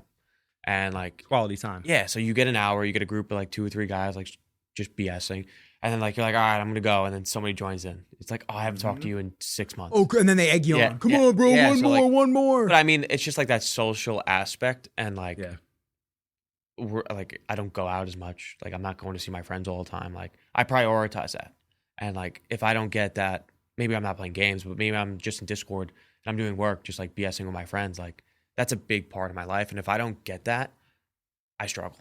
Like if I'm not talking to somebody or like seeing people, like that's a big part of my life that I really do prioritize. Yeah, social wellness is a thing, man. Yeah, We've talked People need about connection. yeah. But that's part of the problem. I said this with Francesca when I did the podcast with her the other day. You know, the unfortunate side of technology and just living in this modern age is that friends that you would normally get together with and do something with, you don't do that anymore. You send it, you know, and this isn't to say per se all of us, but a text will get sent, a 5-minute FaceTime call will be sent. And although that's a way to reach out and check in on one another, it's not. It really isn't. And it doesn't scratch that itch for interpersonal like communication and being with one another and doing all this stuff. It just it kind of just puts a Band-Aid over it. It like fixes it. It's like, oh, well, I spoke to him yesterday. It's like, yeah, but you didn't do anything. Yeah. That's not to say you have to do something every single time, but whereas we used to prioritize, oh, hey, honey, Seeing I'm going to so-and-so's house to go hang out for a bit. Yeah. Oh, we're gonna go to the local restaurant, just grab a bite. Yeah. We're gonna grab a beer. Yeah. We're gonna go get a workout in, this and that. It's just like everyone, I don't know if it's just everyone just throwing their hands up and allowing their crazy schedules and lives to just take over. Yeah. take over and affect it and just go like, and this is like literally no dig at you. It really isn't. But I hear that all the time with like, oh, I have kids. I can't do, you know, XYZ, not necessarily Call of Duty. Yeah. Or I have a family. Yeah. And it's just like, yeah, but like people for years did shit. They did. Yeah. They did shit. Yeah. So it's like, at what point, like, not necessarily every night, but they did go out. They didn't have another option to because there was no technological option to go online for an hour. They had to go out and do things. I think about like the group chat you probably have with your closest friends. I don't have any group chats. I no one invites me in them anymore because I stopped answering and I'm just like, don't invite Like me. I can pull up. I can pull up like I don't have it. Yeah, I can pull up. I can Kenji's pull my up. friend. I can pull up a group chat I got with some of my boys, and like, there's a lot of conversation in that, right, and things that happen. But there may not be the all right, yeah, we're gonna get together this Saturday because I just talk to you every day, right? Or like I'm like in your kind of proximity. yeah, your Like- technological whatever circle. It's a web. for it. It's like a So, but technological you web. don't actually see these people, right? So you're right. It's an easy scapegoat to just be like, nah, I sent you a text the other day. We're good. Or I saw you post something. Yeah, I right? liked your Instagram Yeah, post. Like, I'm good. that's not the Yeah, same. yeah. It's and like how many times I'm sure for like that perfect example is like back in the day, like be like, let's go lift. Yeah. You know, like even like that hour of your day that you used to just be like, this was an everyday thing. Like there would be a new friend every day. It'd be like, it was just kind of a time to be like, all right, we're not doing something, but like, let's just go lift. Bro, I used to Yeah, have training exactly. partners. Exactly. Yeah. I used to have training partners. We used to either I had like a cycle of training partners. I had when I was like 2014-ish, I had my buddy Jay at the time. Then like 2016 to 2018, I had my buddy Cody. Like and even before Cody, I was with my boys Jack, and every fucking day without fail, we Somebody trained would together. show up. Either it was at that's night, fucking awesome. either it was That's at cool. night or it was in the morning. We just got together every day. Yeah. So it was like always, and that's what I'm talking about. It's like that's the type of connection that we all want. Yeah. And unfortunately, because of the ease of technology, it's given us an easier way to touch base with each other, but not like actually be together. Yeah, not genuine connection. Yeah, it sucks, bro. Yeah. And unfortunately, that has leached into, fortunately for you guys all are with significant others, but like that's unfortunately how it has leached into the dating pool. Yeah. And Yeah. yo, it's fucking exhausting out here. I show my, It's exhausting. no, it is. It's exhausting because I've had better conversations this here desk than I've had with a lot of the women that I've talked to lately. This desk pays the bills, baby. You know what I mean? This is what keeps Steady, keeps it's rent. hard, Yeah, it's yeah. nice. It's Hey now, nice. this has been around for a minute, it's man. good We wood got this, desk. me and my old buddy John, we got this at IKEA, and we put this together for our original podcast, The Voice and Rizzles. Should I be touching this stuff? You could touch it Okay. on that side, but no. It's like, that's why you put Nick there. Don't touch the chair. Don't the touch corner the table. desk. Not the chair, the table. But anyway, listen, we're getting off topic. No, So back to his dating life. Love everybody. Yeah. Yeah, let's think about Nicky Rizzo's dating. What's I- what's the problem? There is no dating life. That's the problem. Yeah. What's the cycle? We got the apps. What are we doing? I just deleted the apps this morning. See, but I think that's hard. So I don't know if I was a single us to the person conversation you had the other and working, how the hell how do you talking, how you meet with people if you're not on the apps? You got to be a connect. Like I got to throw Because- you well- someone then. well, You know what I because mean? I got to introduce you to a friend. The issue is you're a guy, and unless you're paying to play, Yeah. it's like Which is literally- also there's no way I would get a premium subscription. it's seriously like prostitution. It Yeah. really is. Like you got to pay to have girls like talk to you. It's fucking insane. It's so insane. It I really. mean, I guess you got to do it if you go out. Right? no. We saved them to arrows. I had this conversation with Fact. one of my good friends. He was about my boys' drinks all night. But you got to prove to me. Okay, real quick. I had this girl in Nashville. Oh boy. Real quick, I had this girl in Nashville. we're Right? locking in. I was there for my birthday weekend. I had two of my buddies with me.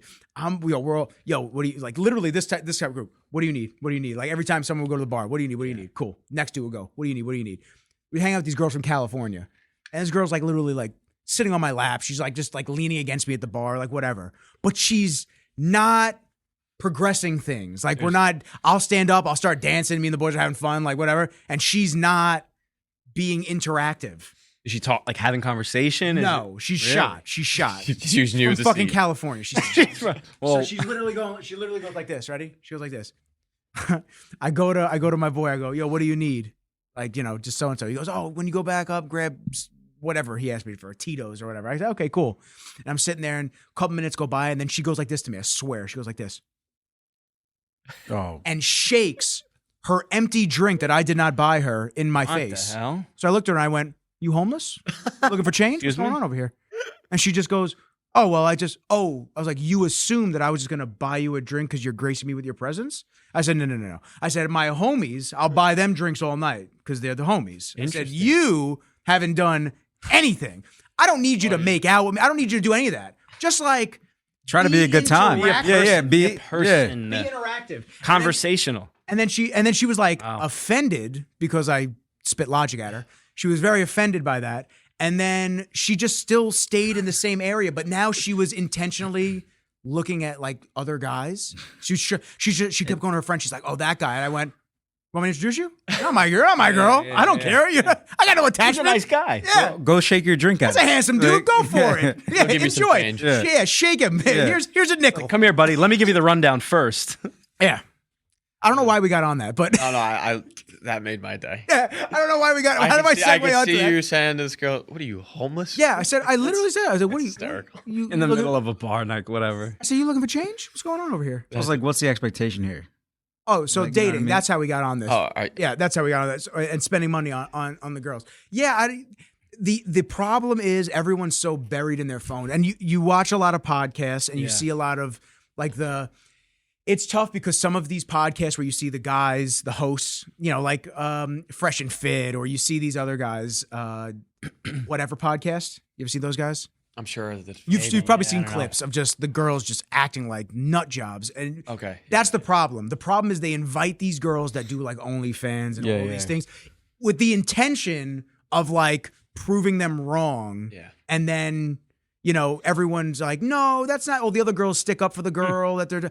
It's just like this round robin of just the girls don't understand or want to or learn from it. The guys look like assholes because they're just like forcing this. Like, hey, this is how it is, and you just don't want to understand it. And then everyone just on the internet just either is like in one corner or the other corner. So the problem is, and one of the true things that you find out from a lot of these podcasts, not find out, this as a man. An average-looking girl gets a ton of play on Instagram, a ton of play on social media. Way more than a very handsome guy would get message-wise, especially. So it's like you have an average girl that gets, let's say, 3 times the messages or 3 times the courtship potential just for existing on social. And then you have a really, really handsome dude who maybe gets a couple here and there. It's not as frequent. Now, the apps extrapolate that. Yeah. The apps... Interesting.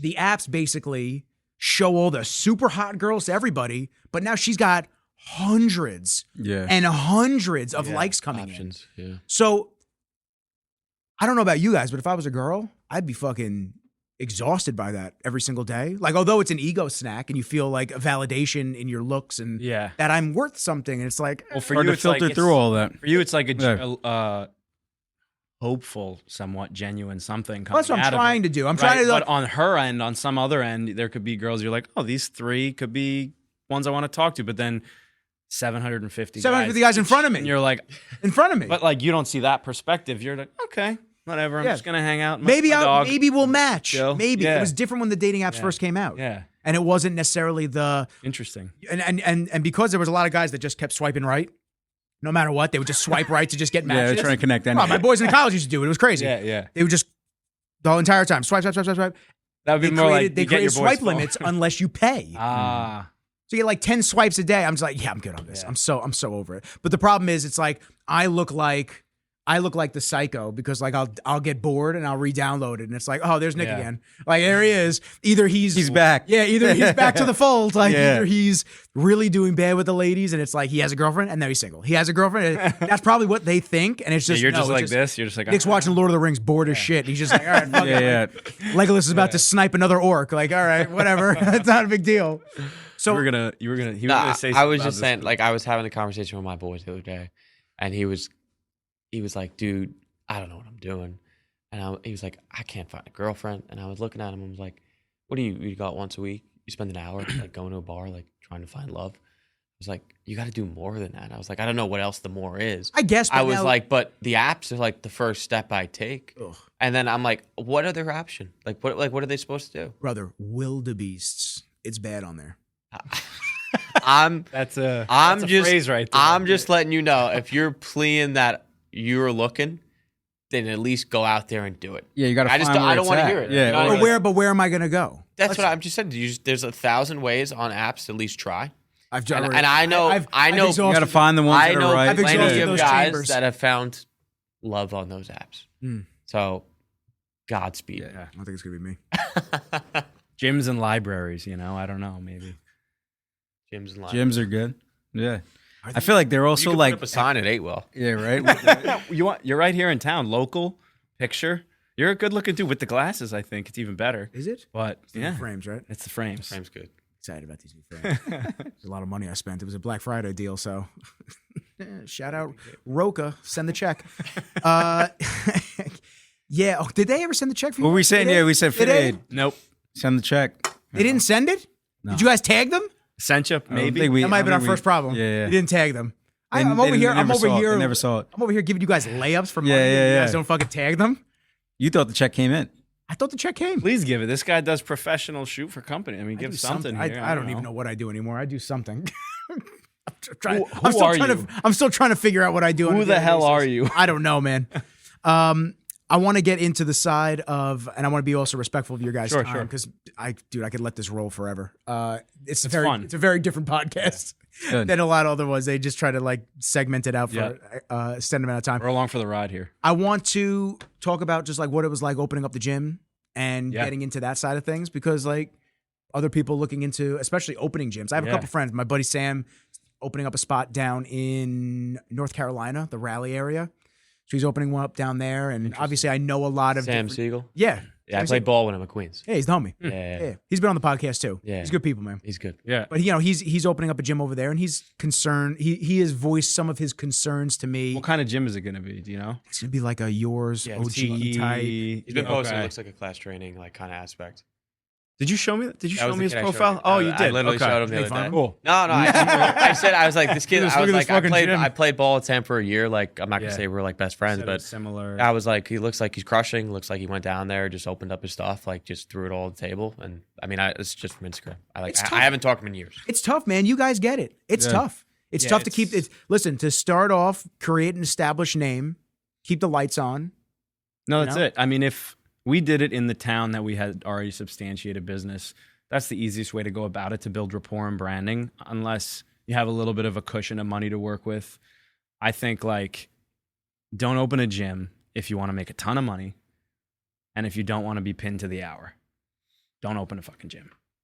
Forget about it, right? Try to build something else. Try to go in other avenue business. There's also the thing, another Hormozy thing that I listen to a lot of him upon opening, because Alex Hormozy gives a lot of good, great details from his original back in the day gym launch kind of tips, tricks, whatever. But it's like, if you can sell in the gym and you can make a profitable gym, he's like, you probably shouldn't be in the fitness space. Just get out of the fitness space, because you'll make 10 times more money at least, because it's the volume's different. The type of people in the business is different, right? Because this is just people to people. You're caring about people. You're pinned to the hour. People are physically coming to you for quality, and you're the brand and the product. But going back to that topic of what is it like opening a gym, I think, like, glad that we went small to start.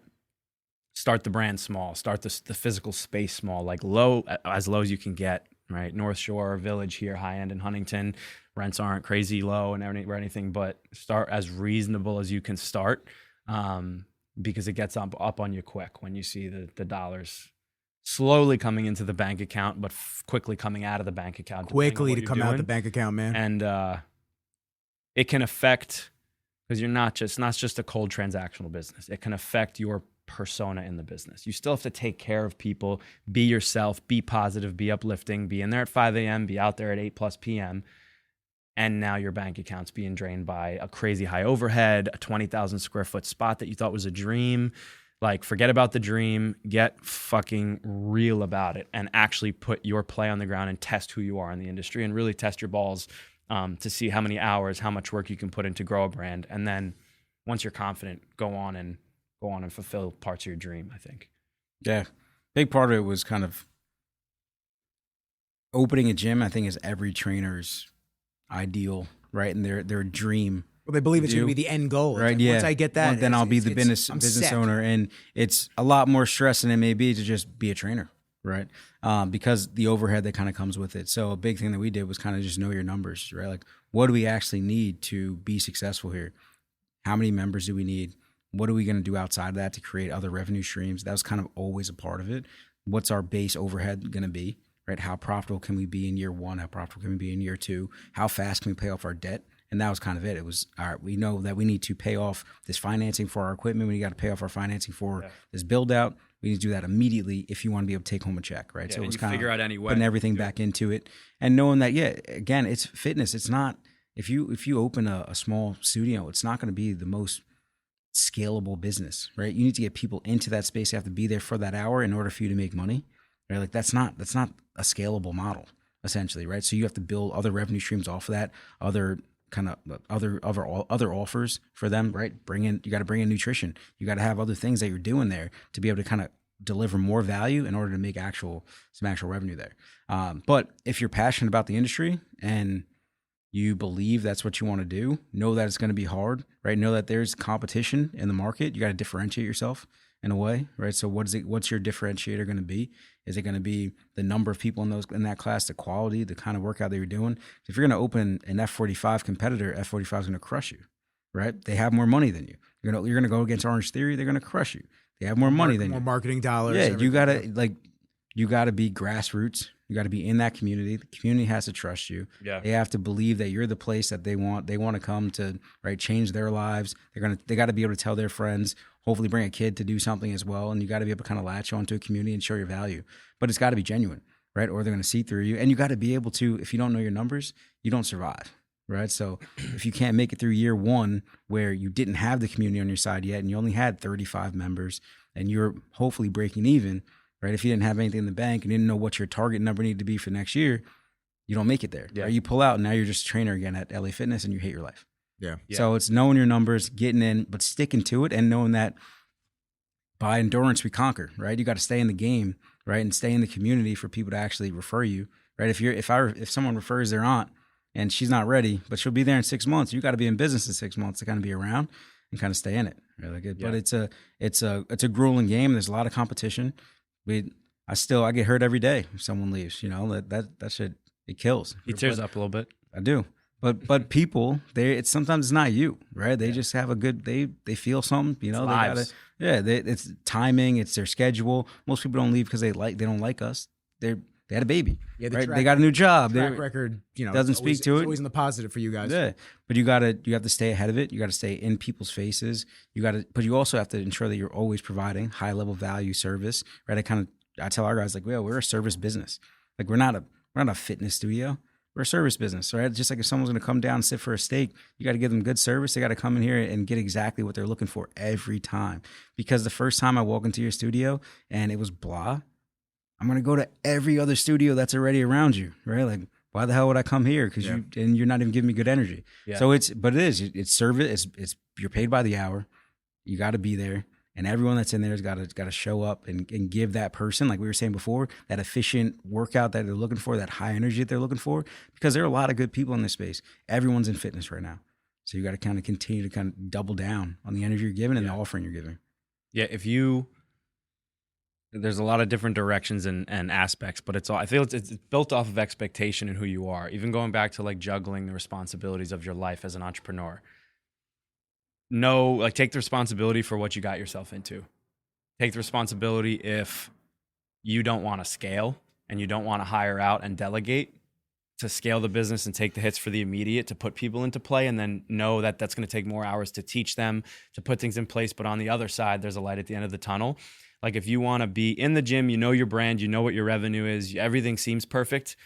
Now you're the only one working it and you don't want to hire. You can make 10, 20, 30, 40 grand for yourself a month if you crush and you work all day, every day, and you do it and you have a good brand, cool. But now it's like, okay, you're going to get tired. Prepare for that. Yeah, like you said, what other add-ons, like Tyler said, nutrition, do you have to add on? Do you foresee a bigger brand? Do you foresee a big bubble of what you're doing? Do you foresee scalability within the business, growth? Is that a thing, right? Do you want to go through that?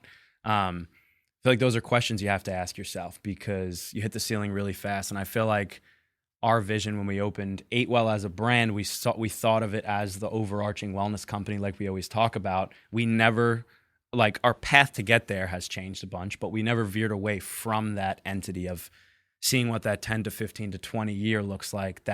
What is that sellable company, right? What's like the $100 million idea potentially that you could have? What's the full project, right? And I feel like that's what's driven us past just the roots of opening the first couple months and us being coaching. We coached every class together. Yeah. Right. People would just laugh because we'd be like, joking around, but like we're these two fitness dudes, right? Just took a leap on a business and we're energy in the class, every class you see us, right? And then going through, right, if the steak's not the same, pull away. There's some adjustments. One member comes in, now we have a new coach. Okay, do they adapt well? Does the coach fit? Is everything right? Coach the coach up, going through all that, going through the growth, right? How do we figure that out so we get some hours away so we could do more work on the other end? Figure that out. Working on the business instead of in the business. There's so many levels to the game. And if you just want to be a trainer and you want to open a space and you want your private training studio and you could afford paying $3,000 a month and you know that your training business does $15,000 and you're going to take home 10 grand and there's 2 left over that you could kind of play around with, do it. Cool. Fantastic. Have fun with it. Some months will be low. Some months will be high.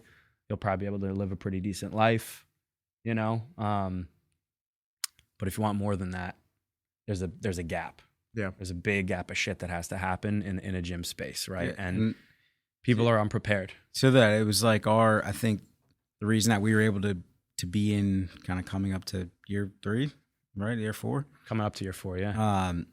Was that the bigger vision, the bigger mission was never just fitness, right? It was that people need so much more than that, right? And being able to open up avenues and be able to provide revenue streams for the business, but more offerings and more value to our people. And so you can grow this business around kind of just the fitness. Yeah. So, right. You're adding nutrition. We have an IV hydration business. Okay. How do we bring all that together? Now we're going, right, we're going to do some medical nutrition consulting, right? We have another studio, right, that does some other things. How do we tie both of those businesses in together to be able to build a bigger fitness offering for anyone that's on Long Island, in Huntington.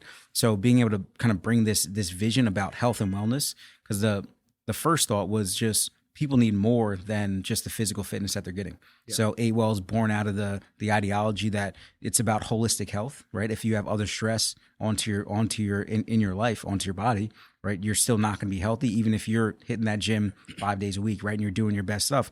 But if you're, like you said, if your occupation wasn't being taken care of, you're not going to feel good when you're sitting on that couch at the end of the night. So that needs to be taken care of. Yep. Okay, is your mental health also being taken care of? You're so right. Okay, and you mentioned, all right, if I'm not talking to my boys for a little bit, so you may be making some good money, hitting your workouts 3 days a week, but you're not getting that social aspect. Okay, so how do I check these boxes so I can actually feel my optimal self? Yeah. So now, when I sit down for a podcast or I sit down for an interview, or I'm trying to be a good parent, I know all those boxes are checked, so I can be kind of the optimal version of myself. Yeah.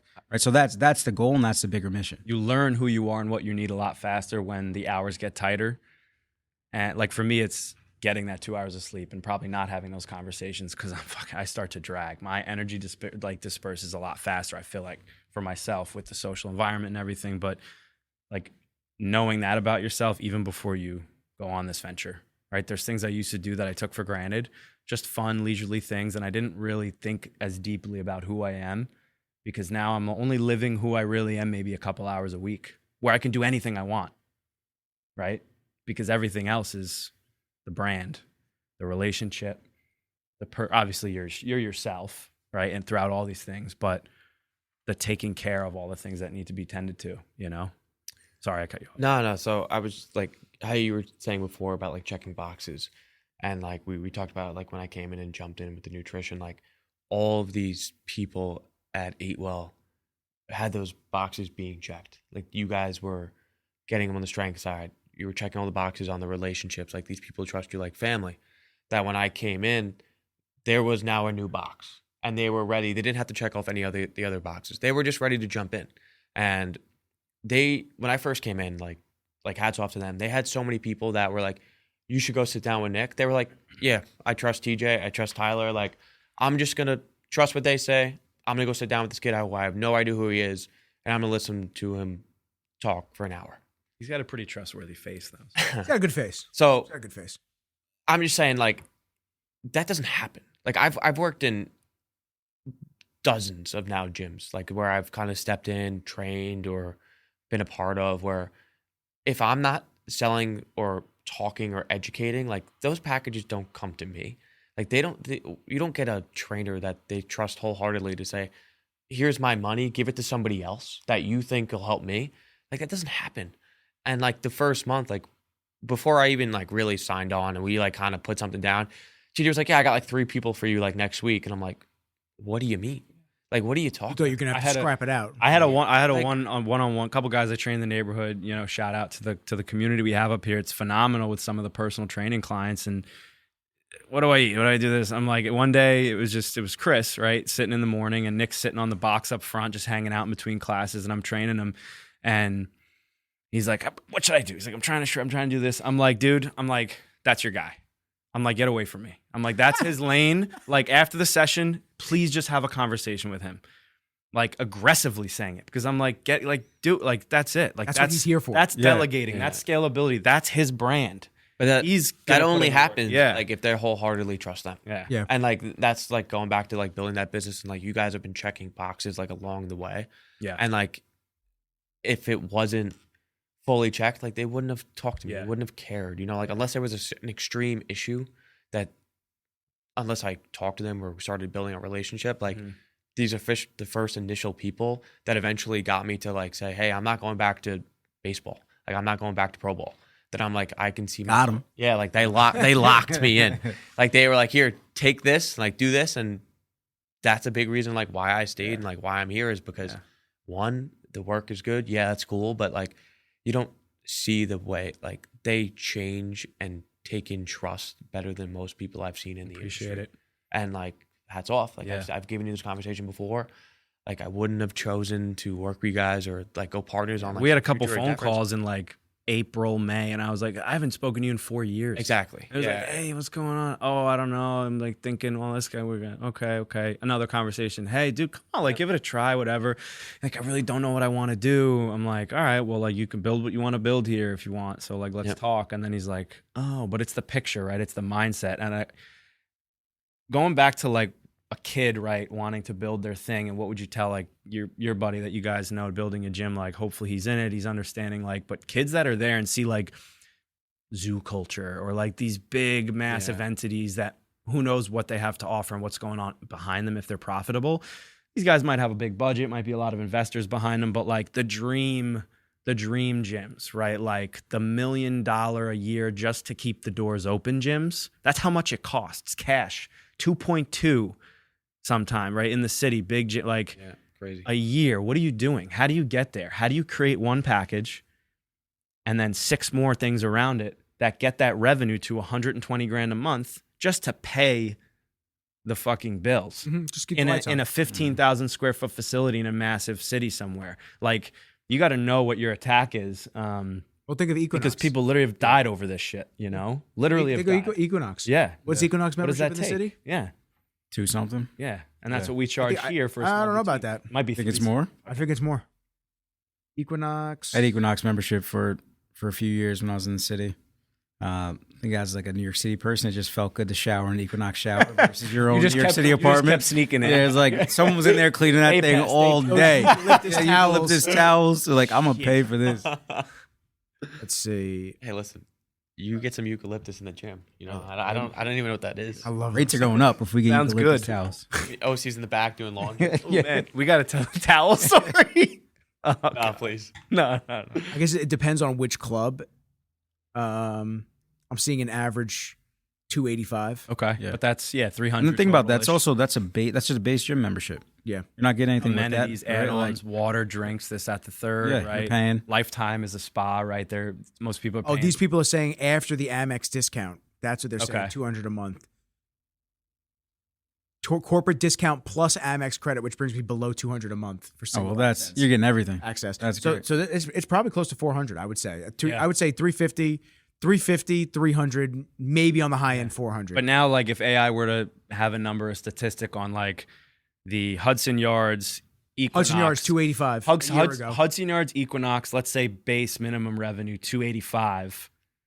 That square footage, what, maybe 20,000 square feet for a space like that? Rent in New York City is probably 100.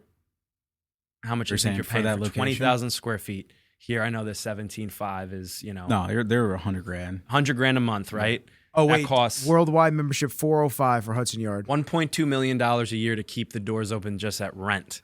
Plus That's all access electricity, this at the For third. every gym. Every gym in New York City. So I'm not trying to cut you off. No. I'm just. It's just like spitballing. No, it's real. This membership costs 405 and includes Okay. access to Hudson Yards, the E clubs, and all Equinox clubs worldwide. So what's at a base membership?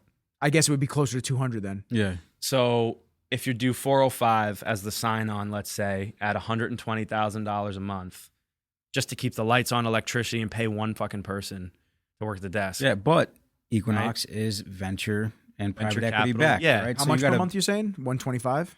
$125,000 a month to keep the Private doors equity even backed. open, But, like, closed. But like that's So also on the average, point. they have to have about 310 to 311 members yes just to break even. paying just to break even. Now, how do you at hire? 125,000? Now, how do a you month? start funneling 7 personal trainers who each are making 100 grand a month to even live in that location? Plus, right, all the different people, the janitors, night and day janitor, plus the desk people, plus 4 different Sweating. financial people on the back end. Obviously, they're back. But Marketing. like, if you're going to open up a gym, we opened 2. I knew that you were going to be a lot of the back end. You knew that we were going to that role. You know, we're on the floor to start, but like I was going to do some of the creative side, more so the programming, some of the in-gym stuff and training. You're doing a lot of the finance, the back end, the analytics, right? Spitballing all the statistics.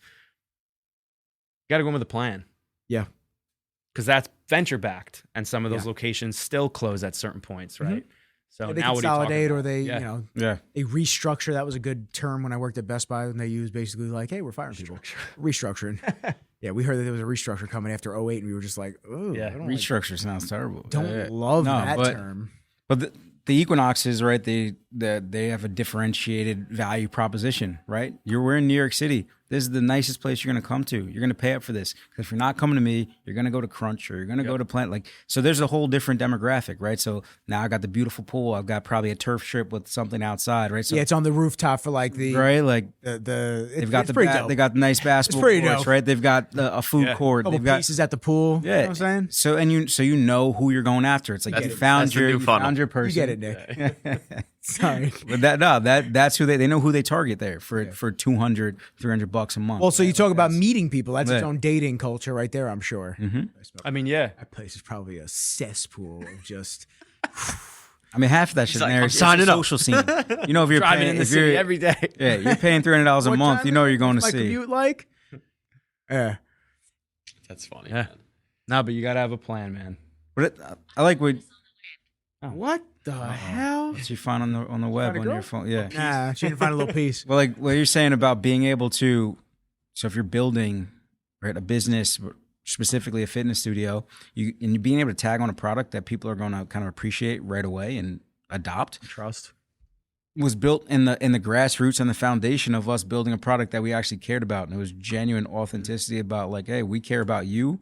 This is a service. We care about the customer, right? So we showed that for years, right? That was first. Yeah. We sacrificed a lot of profit in order to just care about our customers, right? The way fees were structured, free classes, getting people in, doing different deals, right? Just to make this something that people actually could work with and work within their schedule. Right? That's what we gave, and the amount of value we gave from before he came on, right? Just talking about anything nutrition, talking about anything wellness with all of our members, right? Yeah. They got kind of everything from us. So when we said, hey, we are offering something else, they were ready to receive it, And we had to 'Cause go they- through. the trust was already there, right? We had to The do the trust two there. iterations, really, too. The two, right, dietitian Three. attempt. Well, yeah, right. Yeah, we had one first, and just that didn't work out. Then we did kind of an online guy who was great, but wasn't in the studio, and we got a real value add. But there's like something about so there's about a brand kind of just trying to be. So there's a kind of a number that people like a number of relationships that we all are supposedly able to maintain at a time. And right, there's kind of a systematic, right? So first, your relationship with the close person to you, typically that's going to be like your spouse. And then 8 people outside of that's like your intermediate family or your dog. You know what I mean? Right? Like, but at some point, this is things like this being like end of life and looking back, right? Like so you have a 1-person connection, then you have a 10, then 100 goes out to like the people that you're going to invite to your wedding, right? And then sometimes those aren't people that are always going to come to your house for dinner, but like, right, they get that invite. But thinking that in that network, those are people that that you can reach towards and that you would trust, right? These are people that you would let in your house, kind of thinking in that same thought process. You want to be like that in a brand, right? So I want to be our brand to be in our clients, our members' heads, like that person that you're going to invite to, right? At least invite to the wedding, right? So that means when we drop something, it's trusted. You're a trusted product there for people. You want them to feel like we're talking about something, you know it's genuine, you trust us, right? We have that close enough connection for when we're putting it out there, you know it's real. It's authentic. Right? Yeah, exactly. Authentic. Yeah. We talk about that real quick for a second. Side note. Authenticity. No, the wedding thing. Yeah. Why do you invite people you don't even fucking like at the wedding? It usually isn't you, right? Like it's like sometimes Your parents were So, like, like- you're like, well, cousin Janine invited us to their wedding and we went and we haven't seen her in 8 years. So now it's time for her to I give feel us a like gift. And it's like, I don't want her there. parents like go back and forth in their head, like Rolodex. oh, we went to this person's wedding and their Yes. kid invited You're us. keeping so we fucking gotta tabs. invite- I It's got- like you're I got a not. question. This is my fucking wedding. Like I don't care Yeah. if that person comes.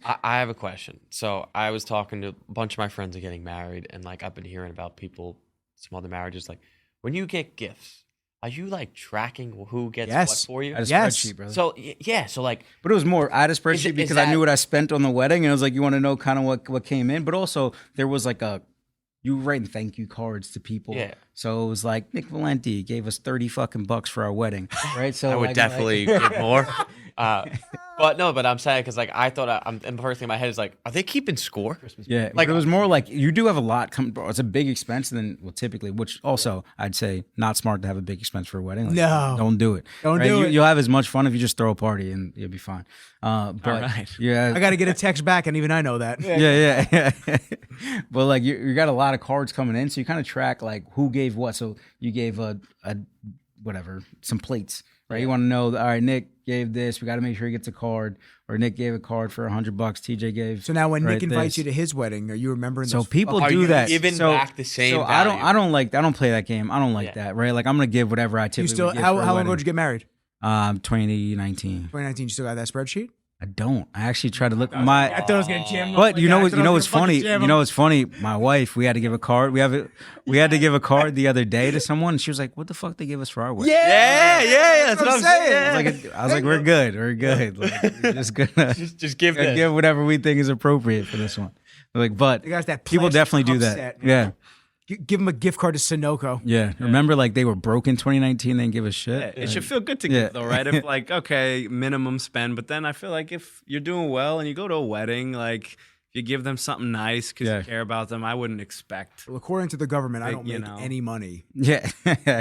This guy runs a cash business over here. I don't know. I don't make any money, so I'm never really doing well. I thought that was so funny. I was thinking to myself, I'm like, there's a score. Someone's got a score. And Oh, yeah, it's someone. points somewhere. I go to the wedding. I mean, unless it's like someone that's very close. I'm not gonna be at the bottom. Yeah, exactly. Right? Like, no. Like, Yeah, they're gonna be like, oh, that was a deep. You know, you know so- what I mean? Like, But are you gonna be at the top? it depends who you are. Like, are you my Nick's nephew? gonna say you know it. what I mean? Like, it's All like you No. So I've been going to weddings now. I've become more well versed in like how much a plate costs. My dad obviously has a restaurant. He knows a lot of the catering halls, and I'll literally call him up and be like, "What's the minimum I'm supposed to get for this place? Yeah. For that place?" What do you double the plate? So yeah, I try. And then then if I'm bringing my girlfriend, like then my bill is like Quadruple. yeah. So now I'm thinking, I'm like, oh my God, like this is a lot of money. Let's And then think I'm thinking like these people spend a lot of money on a wedding, you know, Yeah, like yeah. then you're like, oh, wow, like this is crazy. But there is like you need to give the plate, you know, at least. At Minimum. That's just etiquette. Like- like I can't get behind like don't show up. Like tell them you can't go. they actually win. Yeah. If you actually didn't show up and gave them $100, like, Yeah. that's a win for Yeah. them. Yeah. Don't show up. Don't go, and then right give whatever, man. You go to people's wedding if you want. Like Yeah. it shouldn't be all about the money. But if you know this is a real wedding, Yeah. you're gonna be there, and you're not gonna give anything. Mhm. Like, come on, you gotta try to hit that plate minimum. Yeah, you gotta hit the plate minimum. What do you call in the catering hall before? They should literally right. they should put that out there Yeah, as it like should be- common knowledge. Yeah. What do you guys charge? Plates here per plate cost here. $150 a head. Yeah, like Yeah. they should make that common cent. knowledge. So like Yeah, to the cents. Yeah. Give them like $2 more. It's like fucked up, Yeah. man. Like, Yeah, you know, you get like suggested gratuity when you go. that's a good app. Well, they're getting someone higher make and that. higher. yeah, Higher double and the a total Like I'm going to a wedding here. directory of Yeah. all the plates across the country. yeah. So it's like, oh, Huntington Harbor Country Club. Yeah. Their average plate's Yeah, $120. Yeah. Now I don't have to think about it. I know where the number's gonna be. Yeah. Good. Yeah. That's interesting. I like that. Weddings. I Weddings. just try to run an average like 150 a head at least. That's like bare minimum, and then you're gonna like two, like depending on where the standing is Yeah. of you, right? Like, A so lot of clams to be just shelling out on a wedding. it is. But mean, I you don't even understand get to- being on the and other then- side of it. I literally was thinking of What'd you clams say? too, like eating clams when you. yeah. We both thought of A lot of eating clams, I yeah. love clams. You gonna have some tonight? Probably. Yeah. Probably. Linguine white clam sauce. Yeah, Fra Diablo, a little spicy. You already got the menu put in for us. Bro, I got the memory. It's a So recipe. let me ask you this: you, as a health professional, Coming from an All right, Italian restaurant, I was let gonna me say let me this. put this down. I hate being considered the food police. I don't think you're the food police. I just think you're a health He was flipping aficionado pizzas as a professional. kid, Yeah. man. Like that's your career. That's Yeah. your knowledge base, especially. I think you're knowledgeable in other things, but that's primarily what you make a living doing. So, how do you go to? How do you what is? So How do you go to the grocery store? And my not just my, get the fuck out.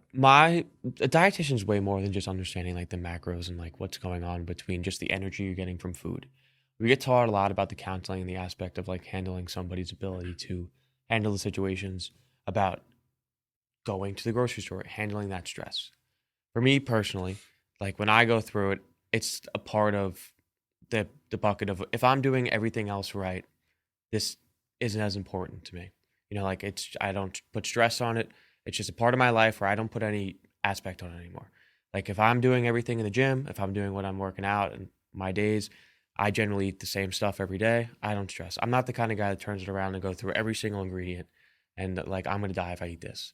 This is a thickening agent that I've seen research on that could be causing this. Got the xanthan gum? Like just, there's 1,000 things. And I'm poisoned. It's over. There's a bunch of stuff that like you really Every protein powder you have. I want you to continue. Yeah. I have to address that. I bitch to everybody about sucralose. I really do. I really do. Yeah. I do bitch about it because listen, I probably have, and I'm sure some of it's self-induced mentally. Yeah. I do have in and out brain fog every now and then. And that could just be from lack of sleep. Yeah. It could just be from being an entrepreneur and having to busy. do fucking everything on a daily basis. Dehydrated. You should rewind the podcast and listen to it. You know what I'm saying? Like we talked through so many things today. We talk through so many things. I can guarantee you that is the bottom of the totem pole of the brain fog. You just fucking said I should rewind the podcast. Yeah. Listen to it. You heard that, right? Yeah. That was crazy. That was so crazy. Because She's like, well, you obviously have some good mics, so put some good fucking headphones on and listen to what you said. but like I'm being straight and I know. just It's crazy. because I'll sit down with somebody for an hour and I'll go through politely saying that. You know what I mean? Like just getting to that point of like, listen, like Well, I drive you myself. run a business. I drive myself crazy have because I'm 1,000 thinking. I'm things. like, Yeah. could it be the eggs? Could it be ground beef? What could it like, be? just Could it be the sucralose? Could it be the simplify. pre-workout? Like you're just, and then you're thinking, well, what am I going to buy at the grocery store? Yeah. And Yeah. I'm sure there are. I'm not sure. I know there are billions of people Yeah. that don't put any emphasis on that, and they don't even give a shit. I think that They you just- find what you like. You need- and for him, he's looking at the perspective of how he's giving it to somebody else. Yeah, so right, like how would you coach somebody? I'm going to kind of be that way, just laid back, logical. What's the 99%? Right. Yeah. I'm not looking at the one unless I really want to hone in, and I'm very, very particular. chip at the bigger things. Chip at the total energy you're consuming. Chip at shopping at the outer aisles of the grocery store. Stick to the Whole Foods. And like when you're going through some of your, Yeah, that was a John Meadows thing. He used to talk about Like- that too. It's a good.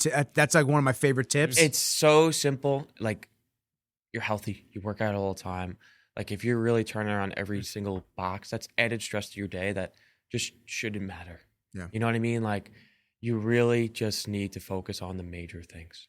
If you bodybuilded, you probably know every in His and voice out. gets so soothing Like, when he gets does. into talking. Like you just need to take some time and put stuff in boxes of like major focus, lesser focus. I'll get to this tomorrow. And like it's the same thing to do with like your food. Like there's no other reason to put that added stress into your life. And yes, it's a major contributor and you need to put some emphasis on it, but it's not the number one factor to your brain fog sometimes. Like I'm sure there's other things fighting it.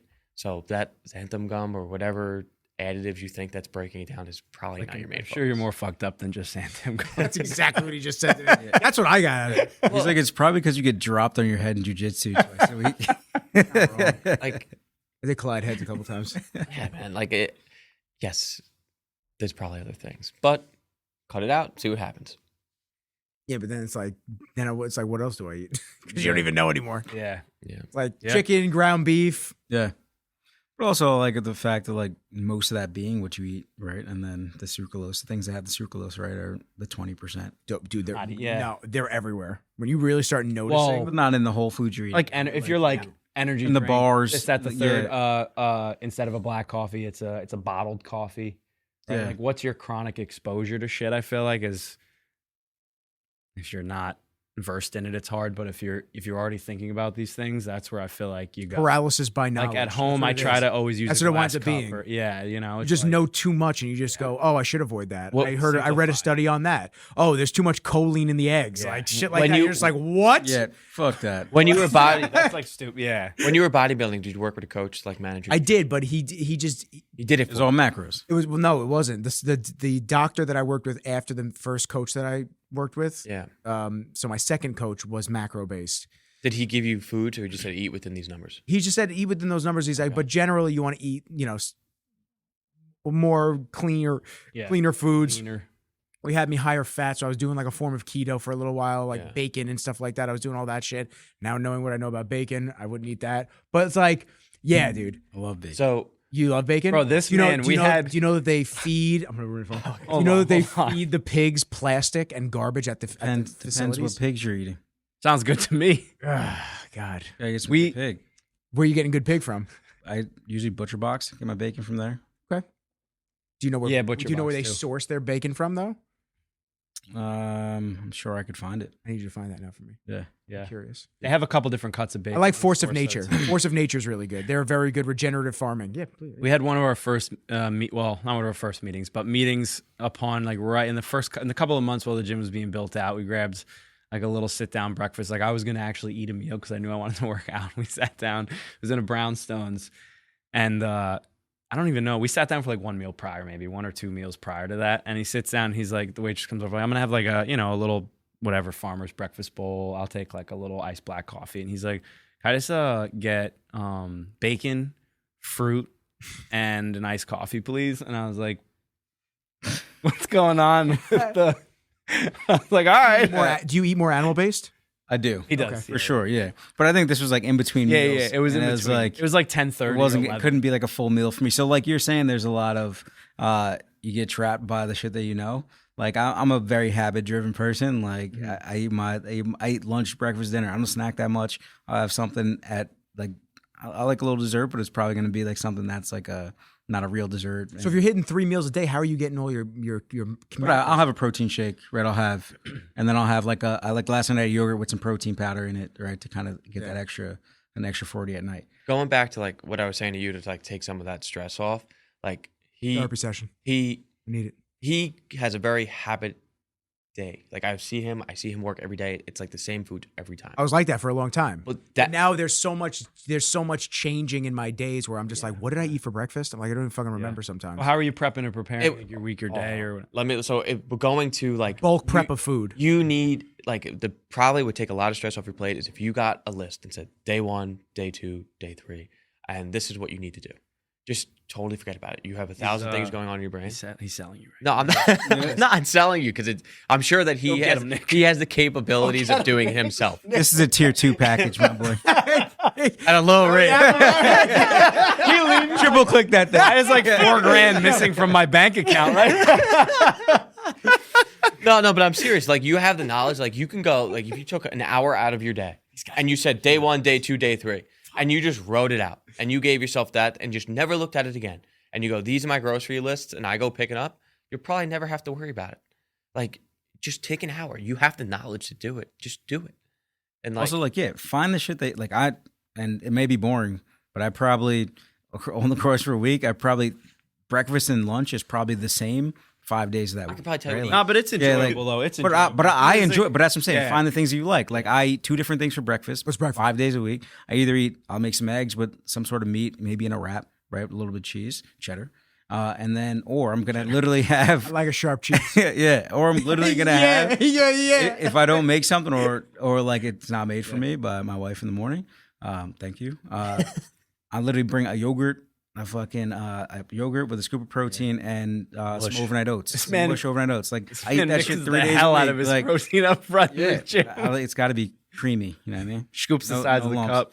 But like that's just easy. I don't have to think about it, right? Like if I had to think about it every day, I'd maybe be overthinking it. I already found 2. I'd found 2 things that 2 fit. options. I just do it. And then lunch, I literally have rice and a meat typically. That meat is either going to be like there was like a leftover protein that I brought in or whatever, right? Like that shit was it. And I'll just do that every day. He's like, no pause. He's like, I'm Yeah. so gone. I looked at Nick. I looked at T. Lots I of went, it. Play. Play. Yeah. No, but it's true. I That can makes tell it you, easy, like, right? yeah, Like- I can tell you what he's getting when he walks out of the gym to go to the grocery store. There's like 3 different options. But like, that's how we see food too. yeah, You know, that's just it. it's just fuel. But it's not shit I hate. it's just I, fuel. No. I enjoy it every day, right? Like No. It's not just fuel. Like it's just what you enjoy. You know what I mean? Yeah, But like yeah. it's just taking that stress out. Like you map out your week schedule for all your shoots. Mm-hmm. Like why wouldn't you do that with your food? You know, like you map out everything. You're a fucking mess, man. actually rewind this podcast real quick. Was that bad? Like, was that bad? When's the last time you watched those shorts, man? I'm never getting invited back. But if you just weren't an idiot, No, maybe dude. life would be No, easy. man. Guys, it's been great. I appreciate everybody for fucking with us. for The last episode. Peace. The spate we see on LoopNet. LoopNet, it's up for rent tomorrow. I moved to Idaho. I'm gone. There's no more Nicky Rizzles. He's an accountant somewhere. I'll never forget that fucking podcast. It ended everything. Nick. Yeah. Dude, no, I'm like, No, I know. it's just real. Like, he's No, I did very well. nice. I did well when I had my. There's two sides of it. I did very well when I had my first coach, and he just gave me my meals, and it was like you prepped it out, and you were done for. It was like the group training. It was done. Yeah. You know, you got it done with. You prepped it, and it was over. The problem, the leniency that I've had where I just bulk prep. If I just bulk prep ground beef and chicken and stuff like that, and then not thinking throughout the day, it's like, okay, well now I guess I'll just take 8 ounces right now because I'm behind schedule for protein, and I'll just eat it like that. Or I don't want to eat too many carbs because I want to eat more animal based. So I'm not training right this second. So I'll have it with like a side of veggies. Like before I came here, I had 6 ounces of ground beef and I had peas. I had like green peas. Yeah. Like whatever. Okay. Yeah. And I was trying to have a bean salad too because it was in the fridge, and I was like, I got to eat it before it was bad. But I think I've shot myself in the foot with the convenience of just being so relaxed as well. And then when I was doing jujitsu and I was doing the hit cardio every single day, I was under eating severely. Yeah. So I was losing a ton of body fat, but I just felt like shit because I was just burning the candle at both ends. Yep. And I wasn't eating. I mean, there were maybe days where I'd get maybe 900 calories, 1,000 calories. That's crazy. Yeah. Even to this day, I find it still difficult to eat as much food as I'm required to eat. Hit a 200-gram protein goal. Yeah. It's tough. It is. It really that's is work. tough. It's work. It takes. It's you tough. Have to. It takes effort for sure. So Have that pocket chicken. pocket chicken, right? Just Oh yeah, didn't you crack that out? Literally carried it in a bag. Where did you Get crack chicken that out? burgers, Was that- Training. No, I've seen I you. used to personally train when I used to literally have like a chicken burger. Chicken in my pocket.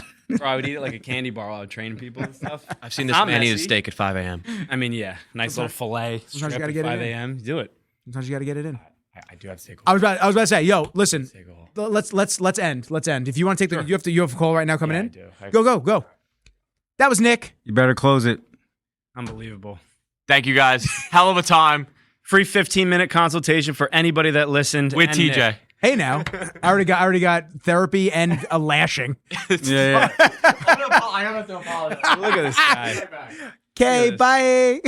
bye. Boys, if you want, plug the gym, talk about it real quick. Yeah, man. 8well, Huntington Village. We got Forever Fit now powered by 8well in Centerport, Washington Ave, right down the road from the Huntington Crescent Club. If you know where that is, like a little strip kind of in a neighborhood. We got our Drip Is that up IV by Drip Prime? Company. No, No, other way. Other way. 25A, Out going Main east. Street. Yeah, if you're going towards like Northport, Centerport, and then Oh, you veer gotcha. off to the left. Gotcha. Yep. Cool. We got Dripped, which is our IV company, turning that into a little bit of a performance weight loss clinic, soon to be launched. Are you doing peptides? All here in town. We're in the process of trying to find Cool. find an Structuring. application for that. Yeah. But getting into that game, it's gonna be good, right? We got Nick, diet end of the service. Nick's You can awesome. find us. Fucks with Nick. Nick's awesome. Yeah, he's a good dude, man. great. At 8well.life on Instagram. Yeah, personal training, small group training, nutrition consulting, IV hydration, kind of everything across the fitness spectrum. Check it out. Yeah, Appreciate you guys listening. we're your homey little one-stop shop Yeah. for wellness and growing, and that was the goal, right? As personable and as intimate as we could be with the industry. You don't want to walk into a cold doctor's office and not know who's sticking a needle in your arm, right? You don't want to kind of walk into a cold iron gym, maybe grungy, and not really know what you're doing as an average person and be intimidated. So, Yeah, as intimate and custom as it can be, right, within a group setting. And that's kind of Yep. what we're trying to give. Real ass people.